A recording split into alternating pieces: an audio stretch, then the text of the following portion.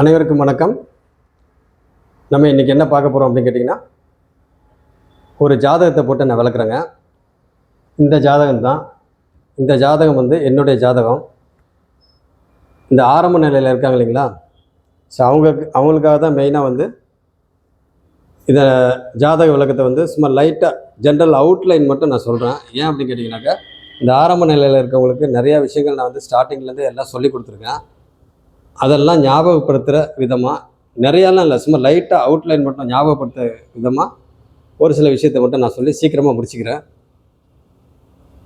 சரி, எப்பயுமே ஒரு ஜாதகத்தை நம்ம பார்க்குறோம், கணிக்க போகிறோம் அப்படின்னா ஃபஸ்ட்டு என்ன பார்க்கணும்? லக்னம் எப்படி இருக்குது, லக்னாதிபதி எப்படி இருக்கிறாரு, 5, 9க்கு உடையவங்க எப்படி இருக்கிறாங்க, 4, 7, 10க்கு உடையவங்க எப்படி இருக்கிறாங்க, அந்த 5, 9ல் எந்த கிரகம் உட்காந்துருக்குறாங்க, 4, 7, 10ல் எந்த கிரகம் உட்காந்துருக்குறாங்க, அப்போ கேந்திரத்தில் எந்த கிரகம் உட்காந்துருக்கு, திரிகோணத்தில் எந்த கிரகம் உட்காந்துருக்கு, அதே மாதிரி கேந்திராதிபதிகள் எப்படி இருக்கிறாங்க, திரிகோணாதிபதிகள் எப்படி இருக்கிறாங்க, 6, 8, 12ல் எந்த கிரகம் உட்காந்துருக்குறாங்க, 6, 8, 12 அதிபதிகள் எங்கே உட்காந்துருக்குறாங்க, ஸ்தான பலம், திக்பலம், திருக்பலம் இதெல்லாம் பார்க்கணும். அதே சமயத்தில் குரு சூரியன், சந்திரன், குரு, சுக்கிரன் இவங்கெல்லாம் எப்படி இருக்கிறாங்க அப்படின்னு சொல்லி பார்க்கணும். சந்திரன் ஒளி பொருந்திய சந்திரனா, ஒளி இல்லாத சந்திரனா, தேய்பிறை சந்திரனா, வளர்பிறை சந்திரனா, தேய்பிறை சந்திரனாக இருந்தாலும் சரி, வளர்பிறை சந்திரனாக இருந்தாலும் சரி, ஒளி இருக்குதா இல்லையா, இல்லை சந்திர அதியோகத்தில் இருக்கிறாங்களா, இல்லை பௌர்ணமி யோகத்தில் இருக்கிறாங்களா, இல்லை அமாவாசை யோகத்தில் இருக்கிறாங்களா, இந்த மாதிரி இதெல்லாம் பார்த்தீங்கன்னாக்க நம்ம பார்க்கணும். அடுத்தது இன்னும் நிறைய விஷயங்கள் இருக்குது, பேசிக்கான விஷயங்கள். அதே மாதிரி இந்த தத்துவங்கள்லாம் இருக்குது. அதே மாதிரி உடல் உறுப்புகள் ஒவ்வொரு ராசிக்கு, அதாவது நம்ம காலபுருஷ தத்துவத்தின்படி உடல் உறுப்புகள் எந்தெந்த வீட்டுக்கு எந்தெந்த உறுப்பு இருக்குது அப்படின்றது, எந்தெந்த ராசிக்கு எந்தெந்த உறுப்பு அப்படி இருக்குன்னு சொல்லி நம்ம சொல்லியிருக்கோம் இல்லைங்களா, ஏற்கனவே கிளாஸ் எடுத்துருக்கோம் இல்லைங்களா. இதெல்லாம் உங்களுக்கு ஞாபகப்படுத்துறதுக்காக இதெல்லாம் நான் சொல்கிறேன். இது அப்புறம் அந்த தத்துவம்னு சொல்ல பாருங்க, என்னது, நெருப்பு, நிலம், காற்று, நீர், நெருப்பு, நிலம், காற்று, நீர், இந்த மாதிரிலாம் இருக்குது. அதே மாதிரி சரம், ஸ்திரம், உபயம், ஆண் ராசி, பெண் ராசி, இது அப்புறம் திசைகள், இந்த மாதிரி நிறையா உங்களுக்கு சொல்லி கொடுத்துருக்கேன். இதெல்லாம் பார்த்தீங்கன்னா உங்களுக்கு எப்பயுமே மறக்கக்கூடாது, எப்பயுமே நினப்பில் வச்சுக்கணும். அதே மாதிரி இந்த சரம், ஸ்திரம், உபயம், சர லக்னங்களுக்கு பாதகாதிபதி யார், ஸ்திர லக்னங்களுக்கு பாதகாதிபதி யார், உபய லக்னங்களுக்கு பாதகாதிபதி யார், அதே மாதிரி சரத்துக்கு மாரகாதிபதி யார், சிரத்துக்கு மாரகாதிபதி யார், உபயத்துக்கு மாரகாதிபதி யார், அதே மாதிரி அட்டமாதிபதி அப்படின்றது அஷ்டமாதிபதி, 8ஆம் அதிபதி, அஷ்டமாதிபதி, இதெல்லாம் பார்த்திங்கன்னா பேசிக்கான விஷயம். இதெல்லாம் இந்த ஆரம்ப நிலையில் இருக்கவங்க இதெல்லாம் எப்பயுமே மறக்கவே கூடாது, இதெல்லாம் ஞாபகம் வச்சுக்கணும். இன்னும் நிறைய விஷயங்கள், பேசிக்கான விஷயங்கள் இன்னும் நிறைய இருக்குது. அதேமாதிரி பார்வை, திக்பலம், திக்பலம்னா என்னது, எங்கெங்கே இதில் லக்னத்தில் இருந்தால் யார் திக்பலமாக இருப்பா, 4ல் இருந்தால் எந்த கிரகம் இருந்தால் திக்பலமாக இருப்பாங்க, 7ல் யார் திக்பலமாக இருந்தால், எந்த கிரகம் இருந்தால் திக்பலம், 10ஆம் வீட்டில் எந்த கிரகம் இருந்தால் திக்பலம், இந்த திக்பலத்தை பற்றி தெரிஞ்சுக்கணும். அதே மாதிரி பார்வை பலம், திருக்பலம், திருக்பலம்ன்றது என்னது, பார்வை பலம். இப்போ பார்வை பலம் அப்படின்னாக்க மற்ற எல்லா கிரகங்களுக்கும் பார்த்திங்கனாக்கா பொது பார்வையாக 7ஆம் பார்வை எல்லா கிரகத்துக்கும் இருக்குது, ராகு கேதுவை தவிர. சிறப்பு பார்வை அப்படின்னாக்கா உங்களுக்கு குரு, சனி, செவ்வாய் இவங்களுக்கு சிறப்பு பார்வை இருக்குது. இந்த மாதிரி இதெல்லாம் பார்த்தீங்கன்னாக்கா எல்லாத்தையும் மறக்கவே கூடாது. இதெல்லாம் ஆரம்ப நிலையில் இருக்கிறவங்க திக்பலம், திருக்பலம், இந்த ஸ்தான பலம், இந்த ஆட்சி, உச்சம், மூல திரிகோணம், நட்பு, சமம், பகை, நீச்சம், இதெல்லாம் இருக்குது இல்லைங்களா. ஸோ இதெல்லாம் பார்த்தீங்கன்னாக்கா எந்தெந்த வீட்டில் எந்தெந்த கிரகம் உச்சமாக வராங்க, எங்கே நீச்சம் வராங்க, எது நட்பு வீடு, எது பகை வீடு, எது சம வீடு, இதெல்லாம் பார்த்தீங்கன்னாக்கா மறக்கவே கூடாது. இதெல்லாம் பேசிக்கான விஷயம். இதெல்லாம் பார்த்தீங்கன்னாக்கா இன்னும் நிறைய இருக்குது, பேசிக்கான விஷயம் பார்த்தீங்கன்னா இன்னும் நிறையா இருக்குது. அதே மாதிரி நட்சத்திரங்கள், கிரகங்கள், ராசிகள், நட்சத்திரங்கள். அப்போ நட்சத்திரங்கள்லாம் மொத்தம் 27 நட்சத்திரம் இருக்கு இல்லைங்களா. அந்த 27 நட்சத்திரமும் பார்த்தீங்கன்னாக்கா மனப்பாடமாக எப்படி கேட்டாலும் தெரியணும். இதெல்லாம் எப்பயுமே நினைப்பில் வச்சுக்கணும். அதே மாதிரி ராசிகளும் அவற்றின் நட்சத்திரங்களும் இதை தனியாக படிச்சுக்கணும். அதே மாதிரி கிரகங்களும் அதுக்கு உண்டான நட்சத்திரங்களும் இது தனியாக தெரியணும். ராசிக்கு உண்டான நட்சத்திரத்தை தெரியணும். ராசி கட்டத்தில் எந்தெந்த ராசியில் வந்து எந்தெந்த நட்சத்திரம் வரும், அவங்களுக்கு என்னென்ன பாதங்கள், இதெல்லாம் பார்த்தீங்கன்னாக்கா இந்த பாதத்தை பற்றி எல்லாம் தெரிஞ்சுக்கணும். இதெல்லாம் பேசிக்கான விஷயம். இந்த ஆரம்ப நிலையில் இப்போ தான் புதுசாக ஜோதிடத்தில் வந்திருக்காங்க இல்லைங்களா, அவங்கெல்லாம் பார்த்தீங்கன்னாக்கா இதிலெல்லாம் ஃபிங்கர் டிப்பில் இருக்கணும். சரி, ஓகே. இப்போ எந்த ஒரு ஜாதகத்தையும் வந்து நம்ம பார்க்குறப்ப ஃபஸ்ட்டு வந்து இப்போ நான் சொன்ன பாருங்கள், லக்னம் எப்படி இருக்குது, லக்னாதிபதி எப்படி இருக்கிறாரு, 5, 9 கூடவங்க எப்படி இருக்கிறாங்க, 4, 7, 10 கூடவங்க எப்படி இருக்கிறாங்க, 6, 8, 12 அதிபதிகள் எப்படி இருக்கிறாங்க, அந்த ஸ்தானத்தில் எந்த கிரகங்கள் உட்காந்துருக்குறாங்க, சூரியன், சந்திரன், குரு, சுக்கிரன் இவங்கெல்லாம் எப்படி இருக்கிறாங்க. அப்புறம் இப்போ நான் சொன்ன பாருங்கள் இந்த விஷயம்லாம் திக்பலம், திருப்பலம், ஸ்தானபலம், அடுத்தது இப்போ நான் சொன்ன விஷயங்கள் எல்லாத்தையும் பார்த்தீங்கன்னாக்கா பேசிக்காக எல்லாத்தையும் தெரிஞ்சுக்கிட்டு நம்ம ஒரு ஜாதகத்தை பார்க்குறோம் அப்படின்னா ஃபஸ்ட்டு லக்னம் எப்படி இருக்குது, லக்னாதிபதி எப்படி இருக்கிறாரு. அப்போ லக்னம் எப்படி இருக்குனாக்கா லக்னத்தில் எதாவது சுபகிரகங்கள் இருக்காங்களா, எதாவது பாபகிரகங்கள் இருக்கிறாங்களா பார்க்கணும். இல்லை லக்னத்தை வந்து சுபகிரகங்கள் யாராவது பார்க்குறாங்களா, யாராவது பாபகிரகங்கள் பார்க்குறாங்களா அப்படின்னாக்கா அதையும் பார்க்கணும். அதை பார்ப்போம். பாருங்கள், லக்னம் ரிஷப லக்னம். ரிஷப லக்னம் வந்து லக்ன புள்ளி 24 டிகிரியில் இருக்குது. அப்போ லக்னத்தில் எந்த கிரகமும் இல்லை. சரி, அவங்கள வந்து யாராவது சுபகிரகங்கள் யாராவது பார்க்குறாங்களா, பாபகிரகங்கள் யாராவது பார்க்குறாங்களா அப்படின்னு பார்த்தோம்னாக்க பாருங்கள், சுபகிரகம் குரு வந்து 9ஆம் பார்வையாக பார்க்குறாரு, செவ்வாய் வந்து 7ஆம் பார்வையாக இங்கே பார்க்குறாரு, சனி வந்து இங்கே 3ஆம் பார்வையாக பார்க்குறாரு. அப்போ 2 பாபகிரகங்கள் பார்க்குறாங்க லக்னத்தை, ஒரு சுபகிரகம் இயற்கை சுபர் பார்க்குறாரு. அப்போ பார்த்தீங்கன்னாக்கா லக்னம் வந்து சுபத்துவம் அண்டு பாபத்துவம் ரெண்டும் மிக்ஸ் ஆகி இருக்குது. சரி, அடுத்தது பார்த்தீங்கன்னாக்கா உங்களுக்கு லக்னத்தை பார்த்தாச்சு. லக்னாதிபதி, லக்னாதிபதி யார், ரிஷப லக்னத்துக்கு அதிபதி யார், சுக்கிரன். அந்த சுக்கிரன் என்ன ஆகிட்டார், எங்கே இருக்கிறாரு அப்படின்னு பார்த்தீங்கன்னா சுக்கிரன் வந்து 19 டிகிரியில் உச்சமாயிருக்கிறாரு, மீன வீட்டில் இருக்கிறாரு, உச்சமாயிருக்கிறாரு. அப்போ உச்சமாயிருக்கிறாரு அப்படின்னாவே உங்களுக்கு நல்ல விதமாக இருக்கிறாரு. அப்போ டிகிரி வைஸ் பார்க்குறப்ப பார்த்தீங்கன்னாக்கா மற்ற கிரகங்களை நம்ம அப்புறம் பார்ப்போம். முதல் லக்னம் எப்படி இருக்குது, லக்னாதிபதி எப்படி இருக்கிறாருன்னு பார்த்தாச்சு. அடுத்தது 5, 9க்கு உடையவங்க எப்படி இருக்கிறாங்க அப்படின்னு பார்க்கணும். அப்போ 5க்கு உடையவங்க யார், புதன். அந்த புதன் எங்கே இருக்கிறது, 9ஆம் வீட்டில் பெரும் கோணத்தில் உட்காந்துருக்கிறாரு, இன்னும் ஒரு திரிகோணத்தில் உட்காந்துருக்கிறாரு, அதாவது பெருங்கோணத்தில். அப்போ சிறுங்கோணாதிபதி பெருங்கோணத்தில் உட்காந்துருக்கிறாரு. புரிஞ்சுக்கிட்டீங்களா? ஓகே. அடுத்தது அப்போ திரிகோணம் நல்ல விதமாக இருக்குது, லக்னம் நல்லா இருக்குது, லக்னாதிபதியும் நல்லா இருக்கிறாரு. அடுத்தது 5, 9க்கு உடையவங்க நல்லா இருக்கிறாங்க. அப்போ 5க்கு உடையவங்க புதன் வந்து இங்கே உட்காந்துருக்கிறாரு, 9க்கு உடையவங்க சனி போய் குரு வீட்டில் உட்காந்துருக்கிறாரு, சுக்கிரனும் கூட இருக்கிறாரு, குருவும் பார்க்குறாரு. அப்போ அங்கே சனி வந்து சுபத்துவமாக இருக்கிறாரு. ஓகேங்களா? சரி, அடுத்தது 5, 9 உடையவங்க நல்ல விதமாக இருக்கிறாங்க. அடுத்து 4, 7, 10 4, 7, 10க்கு உடையவங்க எப்படி இருக்கிறாங்க, 4ஆம் வீட்டுக்கு உரியவர் யார், சூரியன். சூரியன் வந்து எங்கே உட்காந்துருக்கிறாரு, 10ஆம் வீட்டில் உட்காந்துருக்கிறாரு. 10ஆம் வீட்டில் உட்காந்துருக்கிறாரு அப்படின்னாவே என்ன அர்த்தம், திக்பலமாக இருக்கிறாங்க. அப்போ சூரியன் வந்து இங்கே 10ஆம் வீட்டில் உட்காந்தா திக்பலம். அதே வீட்டில் சந்திரனும் பார்த்தீங்கன்னாக்கா உங்களுக்கு வர்க்கோத்தமமாக இருக்கிறாரு. வர்க்கோத்தமம்னா என்ன அர்த்தம், சந்திரன் வந்து நவாம்சத்துலேயும் ராசி கட்டத்துலேயும் ஒரே வீட்டில் இருந்தாங்க அப்படின்னாக்கா வர்க்கோத்தமமாக இருக்கிறாங்க. அப்போ வர்க்கோத்தமம்னா என்னது, ஆட்சிக்கு நிகரான பலத்தில் இருக்கிறாங்க அப்படின்ற மாதிரி அர்த்தம். அதே மாதிரி சனியும் பார்த்தீங்கன்னாக்கா வர்க்கோத்தமமாக இருக்கிறாங்க. அப்போ பாருங்கள், நவாம்சத்தில் இங்கே ஓரத்தில் போட்டிருக்க இல்லைங்களா க்ரீன் கலரில், அதெல்லாம் பார்த்தீங்கன்னா நவாம்சம். அப்போ சனியும் நவாம்சத்தில் இங்கே இருக்கிறாரு, ராசி கட்டத்துலையும் பார்த்தீங்கன்னாக்கா சனி எங்கேயே இருக்கிறாரு. அப்போ சனியும் வர்க்கோத்தமமாக இருக்கிறாரு. அப்போ பார்த்தீங்கன்னா உங்களுக்கு சந்திரனும் சனியும் பார்த்தீங்கன்னாக்கா வர்க்கோத்தமமாக இருக்கிறாங்க. அப்போ பார்த்தீங்கன்னாக்கா உங்களுக்கு சூரியன் வந்து 4க்கு உடையவர் திக்பலமாக இருக்கிறாரு. அதே மாதிரி வந்து இங்கே 7க்கு உடையவர் அங்கேயே ஆட்சியாக இருக்கிறாரு. 10க்கு உடையவர் சனி வந்து பார்த்தீங்கன்னாக்கா இங்கே வர்க்கோத்தமமாக இருக்கிறாரு. அப்போ 5க்கு உடையவர் நல்லா இருக்கிறாரு, 9க்கு உடையவர் நல்லா இருக்கிறாரு, 1க்கு உடையவர் லக்னாதிபதியும் நல்லா இருக்கிறாரு. அடுத்தது 4க்கு உடையவர் திக்பலம் ஆகிட்டாரு. திக்பலமாக இருந்தாலும் அவர் பகை வீட்டில் இருக்கிறாரு, அதையும் மனசில் வச்சுங்க. அடுத்தது வந்து 7க்கு உடையவர் செவ்வாய் அங்கேயே ஆட்சியாக இருக்கிறாரு, 7க்கு உடைய செவ்வாய் அங்கேயே ஆட்சி இருக்கிறாரு. அடுத்தது 10க்கு உடையவர் சனி வந்து 11ல் உட்காந்துருக்கிறாரு. 11ன்றது என்னது, உபஜெயஸ்தானம். உபஜெயஸ்தானம் அப்படின்னாவே 3, 6, 10, 11. அப்போ 3ல் வந்து கிரகம் இருக்கா அப்படின்னு பார்த்தீங்கன்னாக்கா இல்லை, 6ல் கிரகம் இருக்கா இல்லை, 10ல் கிரகம் இருக்கா இருக்குது. பாருங்கள், சூரியன் சந்திரன் அங்கே உட்காந்துருக்குறாங்க. சூரியன் சந்திரன் என்ன நிலைமையில் இருக்கிறாங்க, அங்கே அமாவாசை முடிஞ்சு அடுத்த நாளில் பிறந்திருக்கிறதுனா. அப்போ பார்த்தீங்கன்னாக்கா உங்களுக்கு பிரதமை திதியில் வந்து பிறந்திருக்கு. அதே மாதிரி திதிங்களும் தெரிஞ்சுக்கணும், ஓகேங்களா? அதே மாதிரி திதியை பற்றி தெரிஞ்சுக்கணும். அப்போ பார்த்தீங்கன்னா உங்களுக்கு சந்திரன் வந்து இங்கே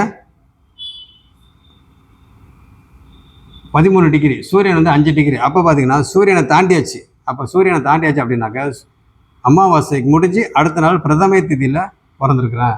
அப்போ பார்த்தீங்கன்னாக்கா உங்களுக்கு சந்திரன் வந்து வர்க்கோத்தமம் இருக்கிறாரு. அப்போ பார்த்தீங்கன்னா டோட்டலாக திரிகுணாதிபதிகளும் நல்லா இருக்காங்க, கேந்திராதிபதிகளும் நல்லா இருக்கிறாங்க. அப்போ இந்த மாதிரி லக்னாதிபதி நல்லா இருந்தாவே பொதுவாக எவ்வளோ பிரச்சனை வந்தாலும் தாங்குவாங்க. லக்னாதிபதி ஸ்ட்ராங்காக இருக்கிறார் அப்படின்னாக்கா அவங்களுக்கு நல்லது நடந்தாலும் சரி, கெட்டது நடந்தாலும் சரி, எவ்வளோ பிரச்சனை வந்தாலும் தாங்குவாங்க அப்படின்ற மாதிரி அர்த்தம் லக்னாதிபதி. அப்புறம் யோகர் என்று சொல்லக்கூடிய 5க்கு 9க்கு உடையவங்க நல்ல விதமாக இருக்கிறாங்கனாக்கா நல்ல விதமாக இருக்கிறாங்க. யார் யோகர்ன்றது? புதனும் சனியும் யோகர். அதே மாதிரி வந்து கேந்திராதிபதிகள் 4க்கு உடையவர் வந்து சூரியன் வந்து திக்பலத்தில் இருக்கிறாரு. 7க்கு உடைய செவ்வாய் வந்து அங்கேயே ஆட்சி இருக்கிறாரு. 10க்கு உடையவர் வந்து இது சனி வந்து பார்த்தீங்கன்னாக்கா அவர் வர்க்கோத்தமமாக மீன வீட்டில் சுக்கிரன் கூட குரு பார்வையில் சுபத்துவமாக இருக்கிறாரு. அப்போ இவங்கெல்லாம் நல்லா இருக்கிறாங்க அப்படின்னாவே யோகரும் நல்லா இருக்கிறாங்க, திரிகோணத்துலேயும் நல்லா இருக்கிறாங்க. அதாவது திரிகோணம் தான் யோகர். இப்போ 5, 9 கூடியவங்க. அடுத்த கேந்திராதிபதிகள் அவங்களும் நல்லா இருக்கிறாங்க. அப்போ எந்த ஒரு ஜாதகத்துலேயும் பார்த்தீங்கன்னா ஃபஸ்ட்டு லக்னாதிபதி, அடுத்தது திரிகோணாதிபதி, அடுத்தது கேந்திராதிபதி. அப்போ இவங்கெல்லாம் நல்லா இருந்தாங்கன்னா அந்த ஜாதகம் வந்து ஓரளவுக்கு தாங்குற ஜாதகம். இது யோக ஜாதகம் அப்படின்னு கூட சொல்லலாம். ஜாதகம் மட்டும் நல்லா இருந்து பத்தாதுங்க, அதுக்கு உண்டான தசாபக்தி வரணும். அதுதான் மெயின். தசாபக்தி சப்போர்ட் பண்ணாதான் ஜாதக வெயிட்டாக இருந்தாலும் தசாபக்தி சப்போர்ட் பண்ணாதான் அது வந்து பலன் வந்து கரெக்டாக இருக்கும். அந்த ஜாதகர் வந்து நல்ல விதமாக இருப்பாங்க. அப்படி இருக்கிறப்ப இங்கே பார்த்தீங்கன்னாக்க உங்களுக்கு நடப்பு தசாபக்தி ராகு திசையில் பிறந்திருக்கிறது. அப்போ பார்த்தீங்கன்னாக்கா உங்களுக்கு நடப்பு தசாபக்தி புதன் தசை ராகு பக்தியில் பிறந்த இப்போ நடப்பு தசாபக்தி பிறந்தது வந்து ராகு தசை. சரி, அப்போ என்னென்ன தசையெல்லாம் தாண்டி வந்திருக்கிறோம்? ராகு, அதுக்கப்புறம் குரு, அதுக்கப்புறம் சனி, இப்போ புதன். அப்போ இத்தனை தசையை வந்து கடந்து வந்திருக்கிறேன். அப்போ பார்த்தீங்கன்னாக்கா உங்களுக்கு இந்த மாதிரி சுச்சுவேஷனில் வேறு என்னென்ன விஷயங்கள்லாம் சொல்லலாம்? திருக் பலம் சொல்லலாம் இல்லைங்களா? திருக் பலம். அப்போ திருக் பலம் அப்படின்னாவே ஃபஸ்ட்டு குருவை எடுத்துக்குவோம். குருவுக்கு என்னென்ன பார்வை இருக்குது? 5, 7, 9. 7ஆம் பார்வை பொது பார்வை, 5ஆம் பார்வையும் 9ஆம் பார்வையும் சிறப்பு பார்வை. அப்போ பார்த்தீங்கன்னாக்க குரு வந்து 5ஆம் பார்வையாக புதனை பார்க்குறாரு. அப்போ புதன்றது யார்? அந்த வீட்டு குரு உட்காந்துருக்க அதிபதி இங்கே பார்க்குறாரு. இப்போ புதன் தசை தான் நடந்துகிட்டு இருக்குது. அப்போ மனசில் அதையும் வச்சுக்கோங்க. அப்போ குரு வந்து இங்கே பார்க்குறாரு, எங்கே புதனை பார்க்குறாரு. அதே மாதிரி 5ஆம் பார்வையா 7ஆம் பார்வையா அவர் வீட்டை அவரே பார்க்குறாரு. அங்கே எந்த கிரகங்கள் உட்காந்துருக்குறாங்க? சனி, சுக்கிரன், ராகு அவங்க உட்காந்துருக்குறாங்க. அப்போ இந்த 3 கிரகம் பார்த்தீங்கன்னாக்கா சுபத்துவமாகி போச்சு. அப்போ டிகிரியெல்லாம் நான் ரொம்ப சொல்லலை. ஏன்னு கேட்டிங்கனாக்கா இந்த ஆரம்ப நிலையில் இருக்கிறவங்களுக்கு தான் மெயினாக சொல்கிறோம். அதனால் வந்து ரொம்ப டெப்த்துக்கு போவேன்னா நான் சும்மா லைட்டாகவே சொல்கிறேன். அதனால் புரிஞ்சுங்க. அப்புறம் அடுத்த கிளாஸில் ஏன் ஜாதகத்தையே போட்டால் இன்னும் டிகிரியெல்லாம் சொல்லி பலன் வந்து ரொம்ப துல்லியமாக சொல்கிறேன். ஓகே, இதுவே துல்லியம்தான், பட் இருந்தாலும் பார்த்துங்க. அப்போ குரு வந்து 7ஆம் பார்வை இங்கே பார்க்குறாரு. அப்போ பார்த்தீங்கன்னாக்கா உங்களுக்கு சுபத்துவமாக இருக்கிறாங்க. அதே மாதிரி குரு வந்து இங்கே லக்னத்தை 9ஆம் பார்வையாக பார்க்குறாரு. அப்போ குரு பார்வை இப்படி. அதே மாதிரி செவ்வாய் பார்வை எடுத்துக்குவோம். செவ்வாய் பார்வை பார்த்தீங்கன்னா என்னென்ன பார்வை இருக்குது? 4, 7, 8.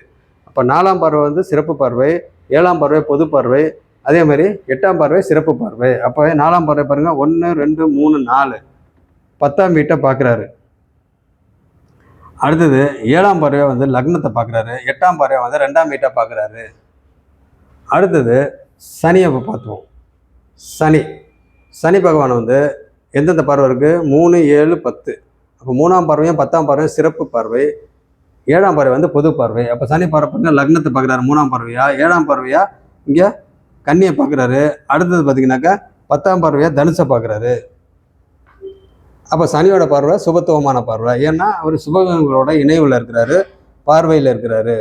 அப்படி இருக்கிறப்ப பிரச்சனை இல்லை. இங்கே ராகு வந்து பாவகரமாக இருந்தாலும் டிகிரின்னு பார்க்குறப்ப பார்த்தீங்கன்னாக்கா எல்லாம் விலகி தான் இருக்கிறாங்க. அதனால் வந்து எந்த விதத்துலையும் பெருசாக பாதிப்பு இல்லை. அப்படியே இங்கே வந்து விலகி இல்லை அப்படின்னாலும் ஒரு இதுக்காக சொல்கிறேன், விலகி இல்லைனாலும் இங்கே குரு பார்வை இருக்குது, அதனால் பிரச்சனை இல்லை. அப்போ பார்த்தீங்கன்னா உங்களுக்கு சுக்கிரனுக்கும் சனிக்கும் எவ்வளோ டிகிரி வித்தியாசம் வருது? உங்களுக்கு 9 டிகிரி வித்தியாசம் வருது. ஏன்னா சனி 28 டிகிரி, சுக்கிரன் வந்து 19 டிகிரி. அப்போ பார்த்தீங்கன்னா 9 டிகிரி வித்தியாசம் வருது. நம்மளுக்கு 5 டிகிரிக்குள்ளே இருந்தால் தான் பிரச்சனை. அப்போ 5 டிகிரிக்கு மேலே இருக்கிறாங்க அப்படின்றப்ப உங்கள் ஓகே.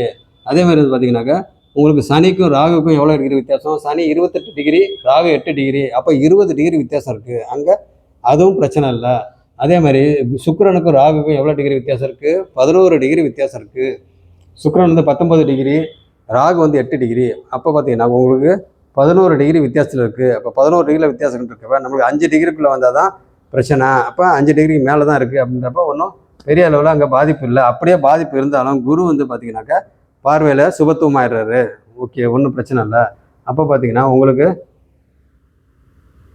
சனியோட பார்வை சொல்லியாச்சு, குருவோட பார்வை சொல்லியாச்சு, செவ்வாயோட பார்வை சொல்லியாச்சு. மற்றவங்களுக்குலாம் பார்த்தீங்கன்னா பொது பார்வை மட்டும்தான். அப்போ புதன் தனித்த புதனாக இருக்கிறாரு அப்படின்றப்ப உங்களுக்கு அவர் சுபகிரகமாகவே இருப்பார். அப்போ பார்த்தீங்கன்னாக்கா உங்களுக்கு புதன் வந்து இங்கே கடக வீட்டை பார்க்குறாரு. சந்திரன் சூரியன் இவங்க 2 பேரும் அமாவாசைக்கு அடுத்த நாள் வந்து பிறந்திருக்கிறதுனால அங்கே ஒளி தன்மை இல்லை. சந்திரன் வந்து இருள் சந்திரன் தான். வளர்பிறையில் இருந்தாலும் அங்கே இருள் சந்திரன் தான். அப்படி இருக்கிறப்ப அங்கே ஒளி இல்லை. பட் இருந்தாலும் வந்தீங்கன்னாக்கா சந்திரன் வந்து வர்க்கோத்தமமாக இருக்கிறாங்க. அப்போ சூரியன் வந்து அவர் வீட்டை அவரே பார்க்குறாரு. சுக்கிரன் வந்து பொது பார்வையில் பார்த்தீங்கன்னாக்கா அவர் இங்கே கன்னியை பார்க்குறாரு. அதே மாதிரி பார்த்தீங்கன்னாக்கா உங்களுக்கு வேறு யார்? அவ்வளோதான். மற்ற அதாவது குரு செவ்வாய் சனி இவங்களுக்கு மட்டும்தான் சிறப்பு பார்வை. பொது பார்வை இருக்குது, சிறப்பு பார்வை இருக்குது. மற்ற எல்லா கிரகங்களுக்கும் பார்த்தீங்கன்னாக்கா பொது பார்வை 7ஆம் பார்வை மட்டும்தான், ராகுக்கு எதுவை தவிர. ஓகே, இப்போ பார்த்தீங்கன்னாக்கா இப்போ நம்ம என்னென்ன சொல்லியாச்சு?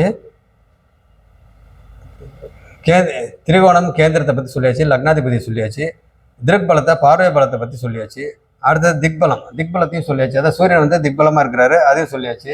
அடுத்து பார்த்தீங்கன்னாக்கா உங்களுக்கு நிஷ்பலம் பாருங்கள். சந்திரன் வந்து இங்கே இருந்தால் 4ஆம் வீட்டில் இருந்தாக்க உங்களுக்கு திக்பலம். அதுக்கு நேராக பார்த்தீங்கன்னா 10ஆம் வீட்டில் சந்திரன் இங்கே உட்காந்துருக்குறாங்க. அப்போ சந்திரன் வந்து 10ஆம் வீட்டில் உட்காந்துருக்காங்கன்னா அவங்க நிஷ்பலத்தில் இருக்கிறாங்க. நிஷ்பலம்னா என்னது? வலு இழந்திருக்கிறாங்க. சந்திரன் வந்து 4ஆம் வீட்டில் இருந்தால் தான் வலுவாக இருக்கிறாங்க அப்படின்னு அர்த்தம். அப்போ அதுக்கு நேராக வந்து 10ஆம் வீட்டில் இருந்தாக்க அங்கே நிஷ்பலமாக இருக்கிறாங்க அப்படின்ற மாதிரி அர்த்தம். இப்போ பார்த்தீங்கன்னா உங்களுக்கு என்னென்னலாம் பார்த்துட்டோம்? இப்போ நான் சொன்னதை எல்லாத்தையும் பார்த்தாச்சு. வேறு என்ன பார்க்கணும்? பேசிக்கான விஷயங்கள் இதில். சரி, ஒரு விதியை ஒன்று பார்ப்போம். பாவக விதி. ஏன் அப்படின்னு கேட்டிங்கனாக்கா இப்போ நடக்கிறது புதன் தசை நடக்குது. அப்போ புதன் தசை நடக்குதுனாக்கா புதன் வந்து எந்தெந்த வீட்டுக்கு உரியவர்? 2, 5க்கு உடையவர். அப்புறம் பொதுவாக வந்து பார்த்தீங்கன்னாக்கா மாரகாதிபதி, பொதுவாக மாரகாதிபதி அப்படின்னு சொல்ல போனாக்கா இந்த லக்னத்துக்கு மாரகாதிபதி யார்? சந்திரன் 3, 8க்கு உடையவர். இது மாரகாதிபதி. பொதுவான மாரகாதிபதி 2, 7. அப்போ 2ன்றது இப்போ 2ஆம் வீடு வந்து புதன். அப்போ புதன் தசை நடக்குது. அப்போ உங்களுக்கு அங்கே 2ஆம் வீட்டு பலனை பண்ணுவாரா? மாரகாதிபதி அவர் தான். யார்? பொதுவாக சொல்லப்போனால் புதன் வந்து இந்த இடத்துல மாரகாதிபதி அப்படின்னு நம்ம சொன்னாலும் அவர் யோகரும் அவர் தான். யோகரம் 5க்கு உடையவர் அவர் தான். 9க்கு 5க்கு உடையவர் 9ல் இருக்கிறாரு. அப்போ இந்த வீட்டு பலனை மாரகாதிபதி பொதுவாக அப்படின்றப்ப பண்ணுவாரா பண்ண மாட்டாரா அப்படின்ட்டு ஒரு பாவக விதி அப்படின்னு சொல்லி ஏற்கனவே உங்களுக்கு நான் சொல்லி கொடுத்துருக்கேன். பாவக விதி அப்படின்னாக்கா உங்களுக்கு என்னது? ஒரு கிரகம் தன் வீட்டிற்கு 6, 8, 12 மறைந்தால் அந்த பாவக பலனை செய்யாது. அதாவது ஒரு கிரகம் தன் வீட்டிற்கு 6, 8, 12 மறைந்தால் அந்த வீட்டு பலனை செய்யாது. இதுதான் வந்து பாவக விதி. ஏற்கனவே சொல்லி கொடுத்துருக்கேன். அப்போ இந்த வீட்டுக்கு நம்ம கணக்கு எடுத்தோம் அப்படின்னு கேட்டிங்கன்னா 1, 2 லக்னத்துலேருந்து எண்ணக்கூடாது. எந்த வீட்டுக்கு அந்த விதியை அப்ளை பண்ணுறோமோ அந்த வீட்டில் தான் எண்ணணும். அப்போ 1, 2, 3, 4, 5, 6, 7, 8. அப்போ பாருங்க புதன் வந்து 8ல் மறைகிறாரு இந்த வீட்டுக்கு. அப்போ இந்த வீட்டு பலனை பண்ணாது. அதுதான் பாவக விதி. அப்போ பண்ணாது அப்படின்னா முழுசாக பண்ணாதா அப்படின்னு கேட்டிங்கன்னா முழுசாக பண்ணாது அப்படின்லாம் சொல்ல முடியாது. ஒரு 20 to 30% பண்ணும். 20 to 30% பண்ணும். ஒரு 70 to 80% பண்ணாது. அப்போ இந்த வீட்டு பலனை பண்ணாதனாக்கா அந்த வீட்டில் ஒரு நல்ல விஷயமா இருக்கு இல்லைங்களா, தனம் குடும்பம் வாக்கு. தனம் குடும்பம் வாக்கு. அப்போ பார்த்தீங்கன்னாக்கா உங்களுக்கு இப்போ புதன் தசை நடக்கிறனால அந்த இடத்துல தனம் குடும்பம் வாக்கு இது மூணுமே இருக்குது. அப்போ அந்தந்த காலத்துக்கு தகுந்த மாதிரி அந்தந்த ஏஜுக்கு தகுந்த மாதிரி என்ன பண்ணணுமோ அதை பண்ணும். அதே மாதிரி ஐந்தாம் வீட்டு பலன் என்னதுங்க, அதிர்ஷ்டம், குலதெய்வங்கள், பூர்வ புண்ணியம், பூர்வீகம் சம்மந்தப்பட்டது, தெய்வ வழிபாடு, குலதெய்வ வழிபாடு, இதெல்லாம் இன்னும் நிறைய விஷயங்கள் இருக்குது அங்கே அந்த வீட்டு பலன். அப்போ இந்த புதன் தசையில் பலன் எப்படி எடுக்கணும் அப்படின்னா உங்களுக்கு சிம்பிளாக சொல்லிடுறேன். 2ஆம் வீட்டு பலனையும், ஏன்னா இந்த வீட்டு ஆதிபத்தியம் இந்த வீட்டு ஆதிபத்தியம் ஓகேங்களா, 2 வீட்டு ஆதிபத்தியம் இருக்குல்ல, இரு ஆதிபத்தியம் உள்ள தான் நம்ம உங்களுக்கு புதன் தசை நடக்குது. இதே உங்களுக்கு சூரியன் தசையோ இல்லை சந்திர தசையோ நினச்சினாக்கா ஒரு ஆதிபத்தியம். அப்போ புதன்றது இரு ஆதிபத்தியம், 2 5க்கு உடையவர். அப்போ 2 5க்கு உடையவர் வந்து 9ல் உட்காந்துருக்கிறாரு. அப்போ 2ஆம் வீட்டு பலனையும் 5ஆம் வீட்டு பலனையும் 9ஆம் வீட்டின் வழியாக செய்யும். அப்போ 9ஆம் வீட்டுன்றது என்னது, அந்த வீட்டு பலன் என்னது, அப்பா சம்மந்தப்பட்ட விஷயங்கள், அதே மாதிரி உங்களுக்கு சொத்து சம்மந்தப்பட்டது, அதிர்ஷ்டம் சம்மந்தப்பட்டது, குலதெய்வ வழிபாடு, பெரிய மனுஷங்களோட ஆதரவு கிடைக்கிறது, இதெல்லாம் பார்த்தீங்கன்னாக்கா இன்னும் நிறைய விஷயங்கள் சொல்லிக்கிட்டே போகலாம். அப்போ அந்த 9ஆம் வீட்டில் இவ்வளோ இருக்குது. அப்போ இந்த வீட்டு பலனையும் 9ஆம் வீட்டின் வழியாக செய்யும். 9ஆம் வீட்டின் வழியாக செய்யும். அப்படி இருக்கிற பார்த்தீங்கன்னாக்கா புதன் தசையோட பலன் இதுதான். புதன் தசையோட பலன் இப்படி தான் எடுக்கணும். அப்போ புதன் தசை ராகு புக்தி. அப்போ ராகு புக்தி, அதாவது எப்பயுமே வந்து புக்திநாதனை மீறி தசாநாதனை மீறி புக்திநாதன் வந்து பெருசாக ஒன்றும் பண்ண முடியாது. ஆனால் புக்திநாதன் தான் பார்த்தீங்கன்னாக்கா செயல்படுத்துவார். இப்போ ஃபார் எக்ஸாம்பிள் வந்து தசாநாதன் வந்து பிரைம் மினிஸ்டர் அப்படின்னாக்கா, தசாநாதன் பிரைம் மினிஸ்டர் அப்படின்னாக்கா, புக்திநாதன் யாருங்க, அந்த லோ லெவலில் இருக்கிற ஆஃபீஸர். இந்த லோ லெவலில் இருக்கிற ஆஃபீஸர்னால் யார், இப்போ நம்ம டிஸ்ட்ரிக்டில் எடுத்துக்கிட்டோம், இல்லை டிஸ்ட்ரிக்டில் ஒரு சின்ன டிஸ்ட்ரிக்டில் எடுத்துக்கிட்டோம் அப்படின்னு கேட்டிங்கனாக்கா, கார்பரேஷன் இல்லாத டிஸ்ட்ரிக்டாக எடுத்துக்கிட்டோம் அப்படின்னாக்கா முனிசிபாலிட்டி. அப்போ அந்த முனிசிபல் கமிஷனர் இல்லை அதுக்கு கீழே கூட இருக்கிறவங்க, ஏன்னா அவங்க தான் இந்த வேலையை செயல்படுத்தணும். இப்போ ஒரு ஆர்டர் வந்து பிரைம் மினிஸ்டர் போடுறாரு அப்படின்னாக்கா அது சீஃப் மினிஸ்டர் மூலிமா ஒரு வேலை வரும் இல்லைங்களா, அந்த வேலை யார் செயல்படுத்துவா லோக்கலில். அப்போ அந்த முனிசிபாலிட்டி இல்லை கார்பரேஷனாக இருந்தால் அந்த கார்பரேஷனுக்கு கீழே வரவங்க இவங்க தான் பார்த்தீங்கன்னாக்கா இதை வந்து செயல்படுத்துவாங்க. ஆர்டர் போடுறது வந்து யார், தசாநாதன். அப்போ பார்த்தீங்கன்னா இங்கே புதன் தசை நடக்குது, புதன் தசை ராகு புக்தி. அப்போ ராகு இங்கே என்னவா இருக்கிறாரு, அவர் உபஜய ஸ்தானத்தில் இருக்கிறாரு. அப்போ நல்ல விதமாக தான் இருக்கிறாரு, அவர் சுபத்துவமாக தான் இருக்கிறாரு. குரு வந்து பாருங்கள் 11 டிகிரி, ராகு வந்து 8 டிகிரி. அப்போ பாருங்கள் ராகுக்கு குரு பார்வை நேருக்கு நேராகவே இருக்குது. அப்படி இருக்கிற பார்த்தீங்கன்னாக்கா ராகு அங்கே சுபத்துவமாக இருக்கிறாரு. அப்போ வந்து ராகுனால பார்த்தீங்கன்னாக்கா சுக்கிரனும் பாதிக்கலை, சனியும் பெருசாக பாதிக்கலை. அப்படியே பாதிச்சிருந்தாலும் குரு பார்வை இருக்குது. அதனால் வந்து பார்த்தீங்கன்னாக்கா உங்களுக்கு புதன் தசை ராகு புக்தி நல்ல விதமாக போயிட்டுருக்கும் அப்படின்னு சொல்லலாம். சரி, ரைட்டு. இப்போ பொதுவான விஷயங்கள் சில விஷயம் இப்போ பார்த்தீங்கன்னா இங்கே 7ல் செவ்வாய் இருக்குது, 7ல் வந்து செவ்வாய் இருக்குது அப்படின்னாக்கா பொதுவான விஷயத்தை பேசுவோம். ரொம்ப இப்போ புதன் தசைக்கே பலன் இது தான், புரிஞ்சுக்கிட்டிங்களா, புதன் தசைக்கு பலன் இது தான். இப்போ எந்தெந்த கிரகம் என்னென்ன சூழ்நிலையில் இருக்குது அப்படின்னு சொல்லிடுச்சு. இப்போ அட்டமாதிபதி, இப்போ இந்த ஜாதகத்துக்கு அட்டமாதிபதி யார், இந்த ஜாதகத்துக்கு அட்டமாதிபதி யார், குரு. அப்போ குரு வந்து எங்கே உட்காந்துருக்காரு, 5ஆம் வீட்டில் உட்காந்துருக்கிறாரு. சரி, அதே மாதிரி இந்த லக்னத்துக்கு மாரகாதிபதி யார், 3 8க்கு உடையவர். அப்போ 3ன்றது யார், சந்திரன். 8க்கு உடையவர் குரு. அப்போ 8க்கு உடைய குரு பார்த்தீங்கன்னா எங்கே உட்காந்துருக்கா, இங்கே உட்காந்துருக்காரு. அப்போ லக்னாதிபதியும் சுக்கிரன் தான், 6ஆம் அதிபதியும் சுக்கிரன் தான்.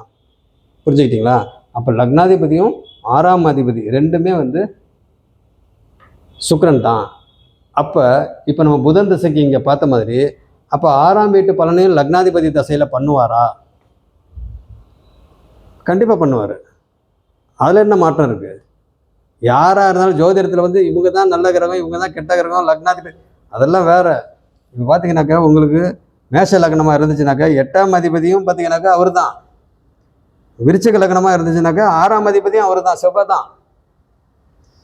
மேஷ லக்னத்துக்கு அப்படியே மாறி வந்துடணும். இங்கே சுக்கிரனுக்கு எப்படியோ அதே மாதிரி தான் இங்கே இவருக்கு செவ்வாய்க்கு. அப்போ செவ்வாய் மேஷ லக்னத்துக்கு செவ்வாய் வந்து லக்னாதிபதியாக வந்தால் 8ஆம் அதிபதியும் அவர் தான். அதே மாதிரி பார்த்தீங்கன்னாக்கா உங்களுக்கு விருச்சிக லக்னத்துக்கு செவ்வாய் வந்து லக்னாதிபதியாக வந்துச்சுனாக்கா 6ஆம் அதிபதியும் அவர் தான். அதே மாதிரி வந்து இங்கே லக்னாதிபதி சுக்கிரனாக இருக்கிறாரு அப்படின்னாலும், அவர் உச்சமானாலும் 6ஆம் வீட்டுக்கும் அவர் தான் அதிபதி. அப்போ 6ஆம் வீட்டு அதிபதி இங்கே நம்மளுக்கு நல்லது பண்ணுவாரா பண்ண மாட்டாரா அப்படின்னா, அப்போ அதுக்கு சில விஷயங்கள் இருக்குது. அதை வந்து நம்ம பார்க்கணும். இப்போ வந்து புதன் தசைக்கு நம்ம பாவத் பாவக விதி பார்த்தோம் இல்லைங்களா, அந்த மாதிரி இங்கே பார்க்கணும். இப்போ நம்ம இப்போ புதன் தசைக்கு வந்து பார்த்தீங்கன்னாக்கா இங்கே ஒரு 20-25% இங்கே கெடுதல் பண்ணுவார். அது பொதுவான மாரகாதிபதினு சொன்னோம் இல்லைங்களா, மாரகாதிபதி சொன்னோம் இல்லையா, அது ஒன்று இருக்குது. இன்னும் கொஞ்சம் டெப்த்துக்கு போனோம்னா இங்கே புதன் வந்து பாதகாதிபதி வீட்டில் இருக்கிறாரு. பாதகாதிபதி வீட்டில் இருக்கிறாரு. அந்த பாதகாதிபதி வந்து சுபத்துவமாக இருக்கிறாரு, பாபத்துவமாக இல்லை. பட் எப்பயுமே வந்து பாதகாதிபதி வந்து பாதகத்தை நம்மளுக்கு பண்ணணும் அப்படின்னாக்க, பாதக ஸ்தானத்திலேயே வந்து பாதகாதிபதி சுபத்துவமாக இருந்தால் தான் நம்மளுக்கு வந்து பாதகத்தை பண்ணுவார். அப்போ பார்த்தீங்கன்னாக்கா உங்களுக்கு இந்த இடத்துல பாதக ஸ்தானத்தில் பாதகாதிபதி வீட்டில் புதன் வந்து தனிச்சு உட்காந்துருக்கிறாரு. ஆனால் அந்த பாதகாதிபதி சனி வந்து எங்கே உட்காந்துருக்கிறாரு, அங்கே 11ஆம் வீட்டில் உபஜய ஸ்தானத்தில் வந்து உங்களுக்கு சுபத்துவமாக இருக்கிறாரு. சுபத்துவம்னா உச்சன் கூடயே இருக்கிறாரு, உச்ச கிரகத்து கூடயே இருக்கிறாரு, லக்னாதிபதி கூடயே இருக்கிறாரு. ஆனால் டிகிரி வைஸ் விலகி இருக்கிறாரு, பட் சுபத்துவம். அதே மாதிரி அந்த சனியை குரு பார்க்குறாரு. குரு பார்வை வந்து நேருக்கு நேராக இல்லைனாலும் ஒரு குறைந்த அளவு சுபத்துவம் இருக்குது. அங்கே டிகிரி வைஸ் பார்க்குறப்ப அங்கே நேருக்கு நேராக இல்லைனாலும் அங்கே குறைந்த அளவு சுபத்துவம். மொத்தத்தில் அது குருவோட வீடு. அந்த குரு இப்போ எங்கே உட்காந்துருக்கிறாரு, அந்த குரு இப்போ 5ஆம் வீட்டில் உட்காந்துருக்கிறாரு. அவர் யார், அவர் அட்டமாதிபதி. அப்படி எல்லாம் பார்த்தீங்கன்னா அப்படியே கால்குலேஷன் தான் டோட்டலாக.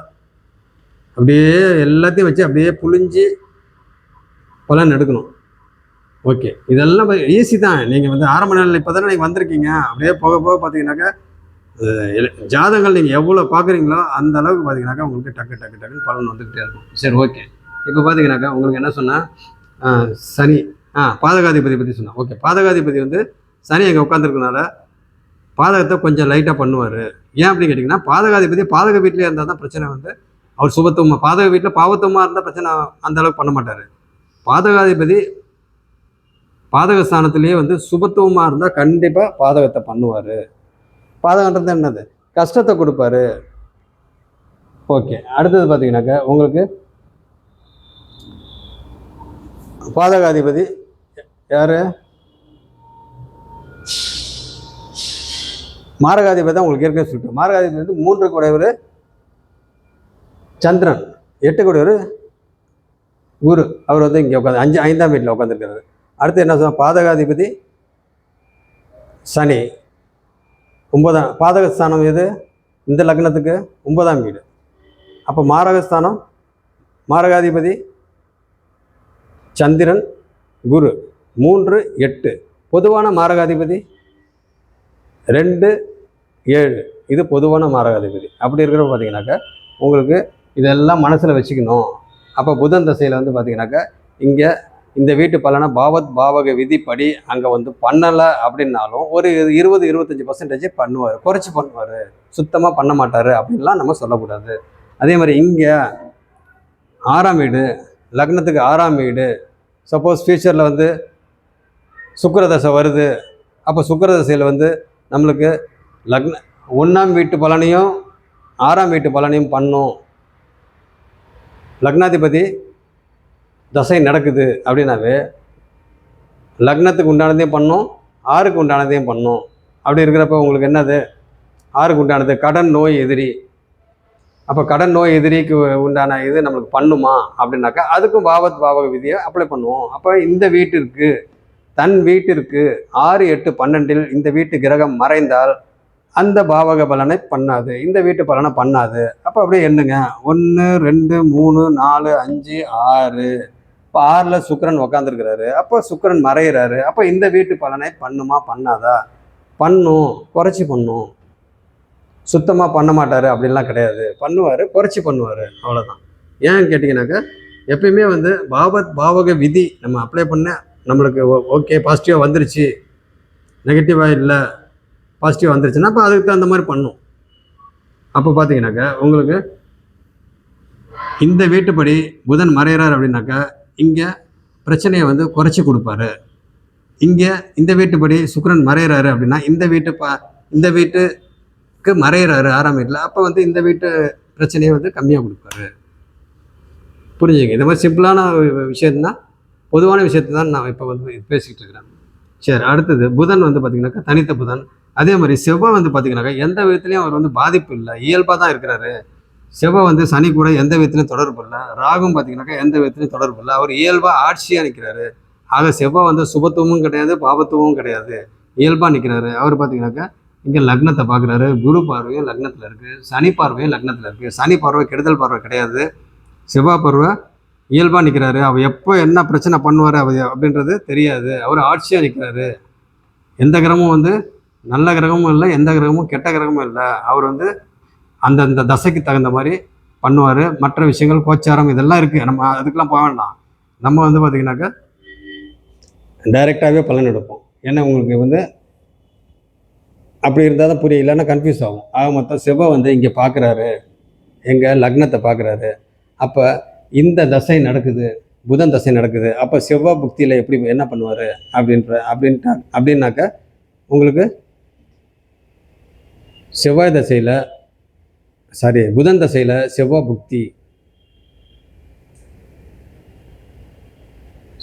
புக்தி லக்னத்தை செவ்வாய் வந்து பார்க்குறாரு. அப்போ புதனுக்கும் செவ்வாய்க்கும் ஆகாது, எரிச்சலாக இருப்பார். யார்? செவ்வாய் வந்து எரிச்சலாக இருப்பார். அப்போ எரிச்சலாக இருப்பார் அப்படின்னாக்கா அப்போ புக்தி இது தசாநாதன் வந்து ஆர்டர் போடுறத செவ்வாய் வந்து செய்ய மாட்டாரா அப்படின்னா செய்வார். சந்தோஷமாக செய்கிறதுக்கும் எரிச்சலாக செய்கிறதுக்கும் வித்தியாசம் இருக்கு இல்லைங்களா? எரிச்சலாக செஞ்சாக்க 1-2 செய்வாங்க, வேண்டாம் வெறுப்பாக செய்வாங்க. அப்போ பார்த்தீங்கன்னா சில பாதிப்பு வரும். இப்போ ஃபார் எக்ஸாம்பிள் வந்து ஒரே கட்சிக்காரங்க அதே ஒரே டீம்னு வச்சுக்கலாம். ஒரே கட்சிக்காரங்க ஃபார் எக்ஸாம்பிள் பிரைம் மினிஸ்டர் வந்து ஒரே கட்சி, அங்கே எங்கே ஆர்டர் போடுறாரோ ஒரு ஆர்டர் போடுறாரு, அதை செயல்படுத்துகிறவரும் வந்து ஒரே கட்சி அப்படின்னாக்க சந்தோஷமாக பண்ணுவாங்க, ரொம்ப இன்ட்ரெஸ்ட்டாக பண்ணுவாங்க. அப்போ தலைவருக்கு வந்து நம்ம நல்ல பேர் எடுக்கணும்னு சொல்லி ரொம்ப இன்ட்ரெஸ்ட்டாக இருப்பாங்க. ஆனால் இந்த இடத்துல பார்த்தீங்கன்னாக்க உங்களுக்கு செவ்வாயும் புதனும் ஆப்போசிட்டு. அப்போ பார்த்தீங்கன்னா உங்களுக்கு எப்பயுமே செவ்வாயும் புதனும் பார்த்தீங்கன்னா எப்பயுமே ஆப்போசிட். எப்போ 6-8 தான் வரும் பாருங்கள். இந்த வீட்டுக்கு 6, இந்த வீட்டுக்கு 8.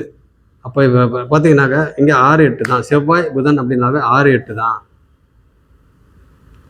ஆனால் இந்த இடத்துல பார்த்தீங்கன்னா புதனும் அவங்களும் பார்த்தீங்கன்னாக்கா இங்கே அவர் வந்து லக்னத்துக்கு 9ஆம் வீட்டில் உட்காந்துருக்காரு, செவ்வாய் வந்து 7ஆம் வீட்டில் உட்காந்துருக்காரு.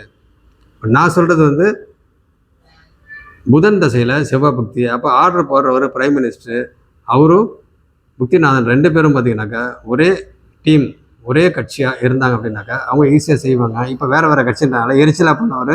இப்போ எரிச்சலாக பண்ணுறப்ப முழுசாக பண்ணாமல் அங்கே சில டேமேஜு அது இதெல்லாம் வரும்.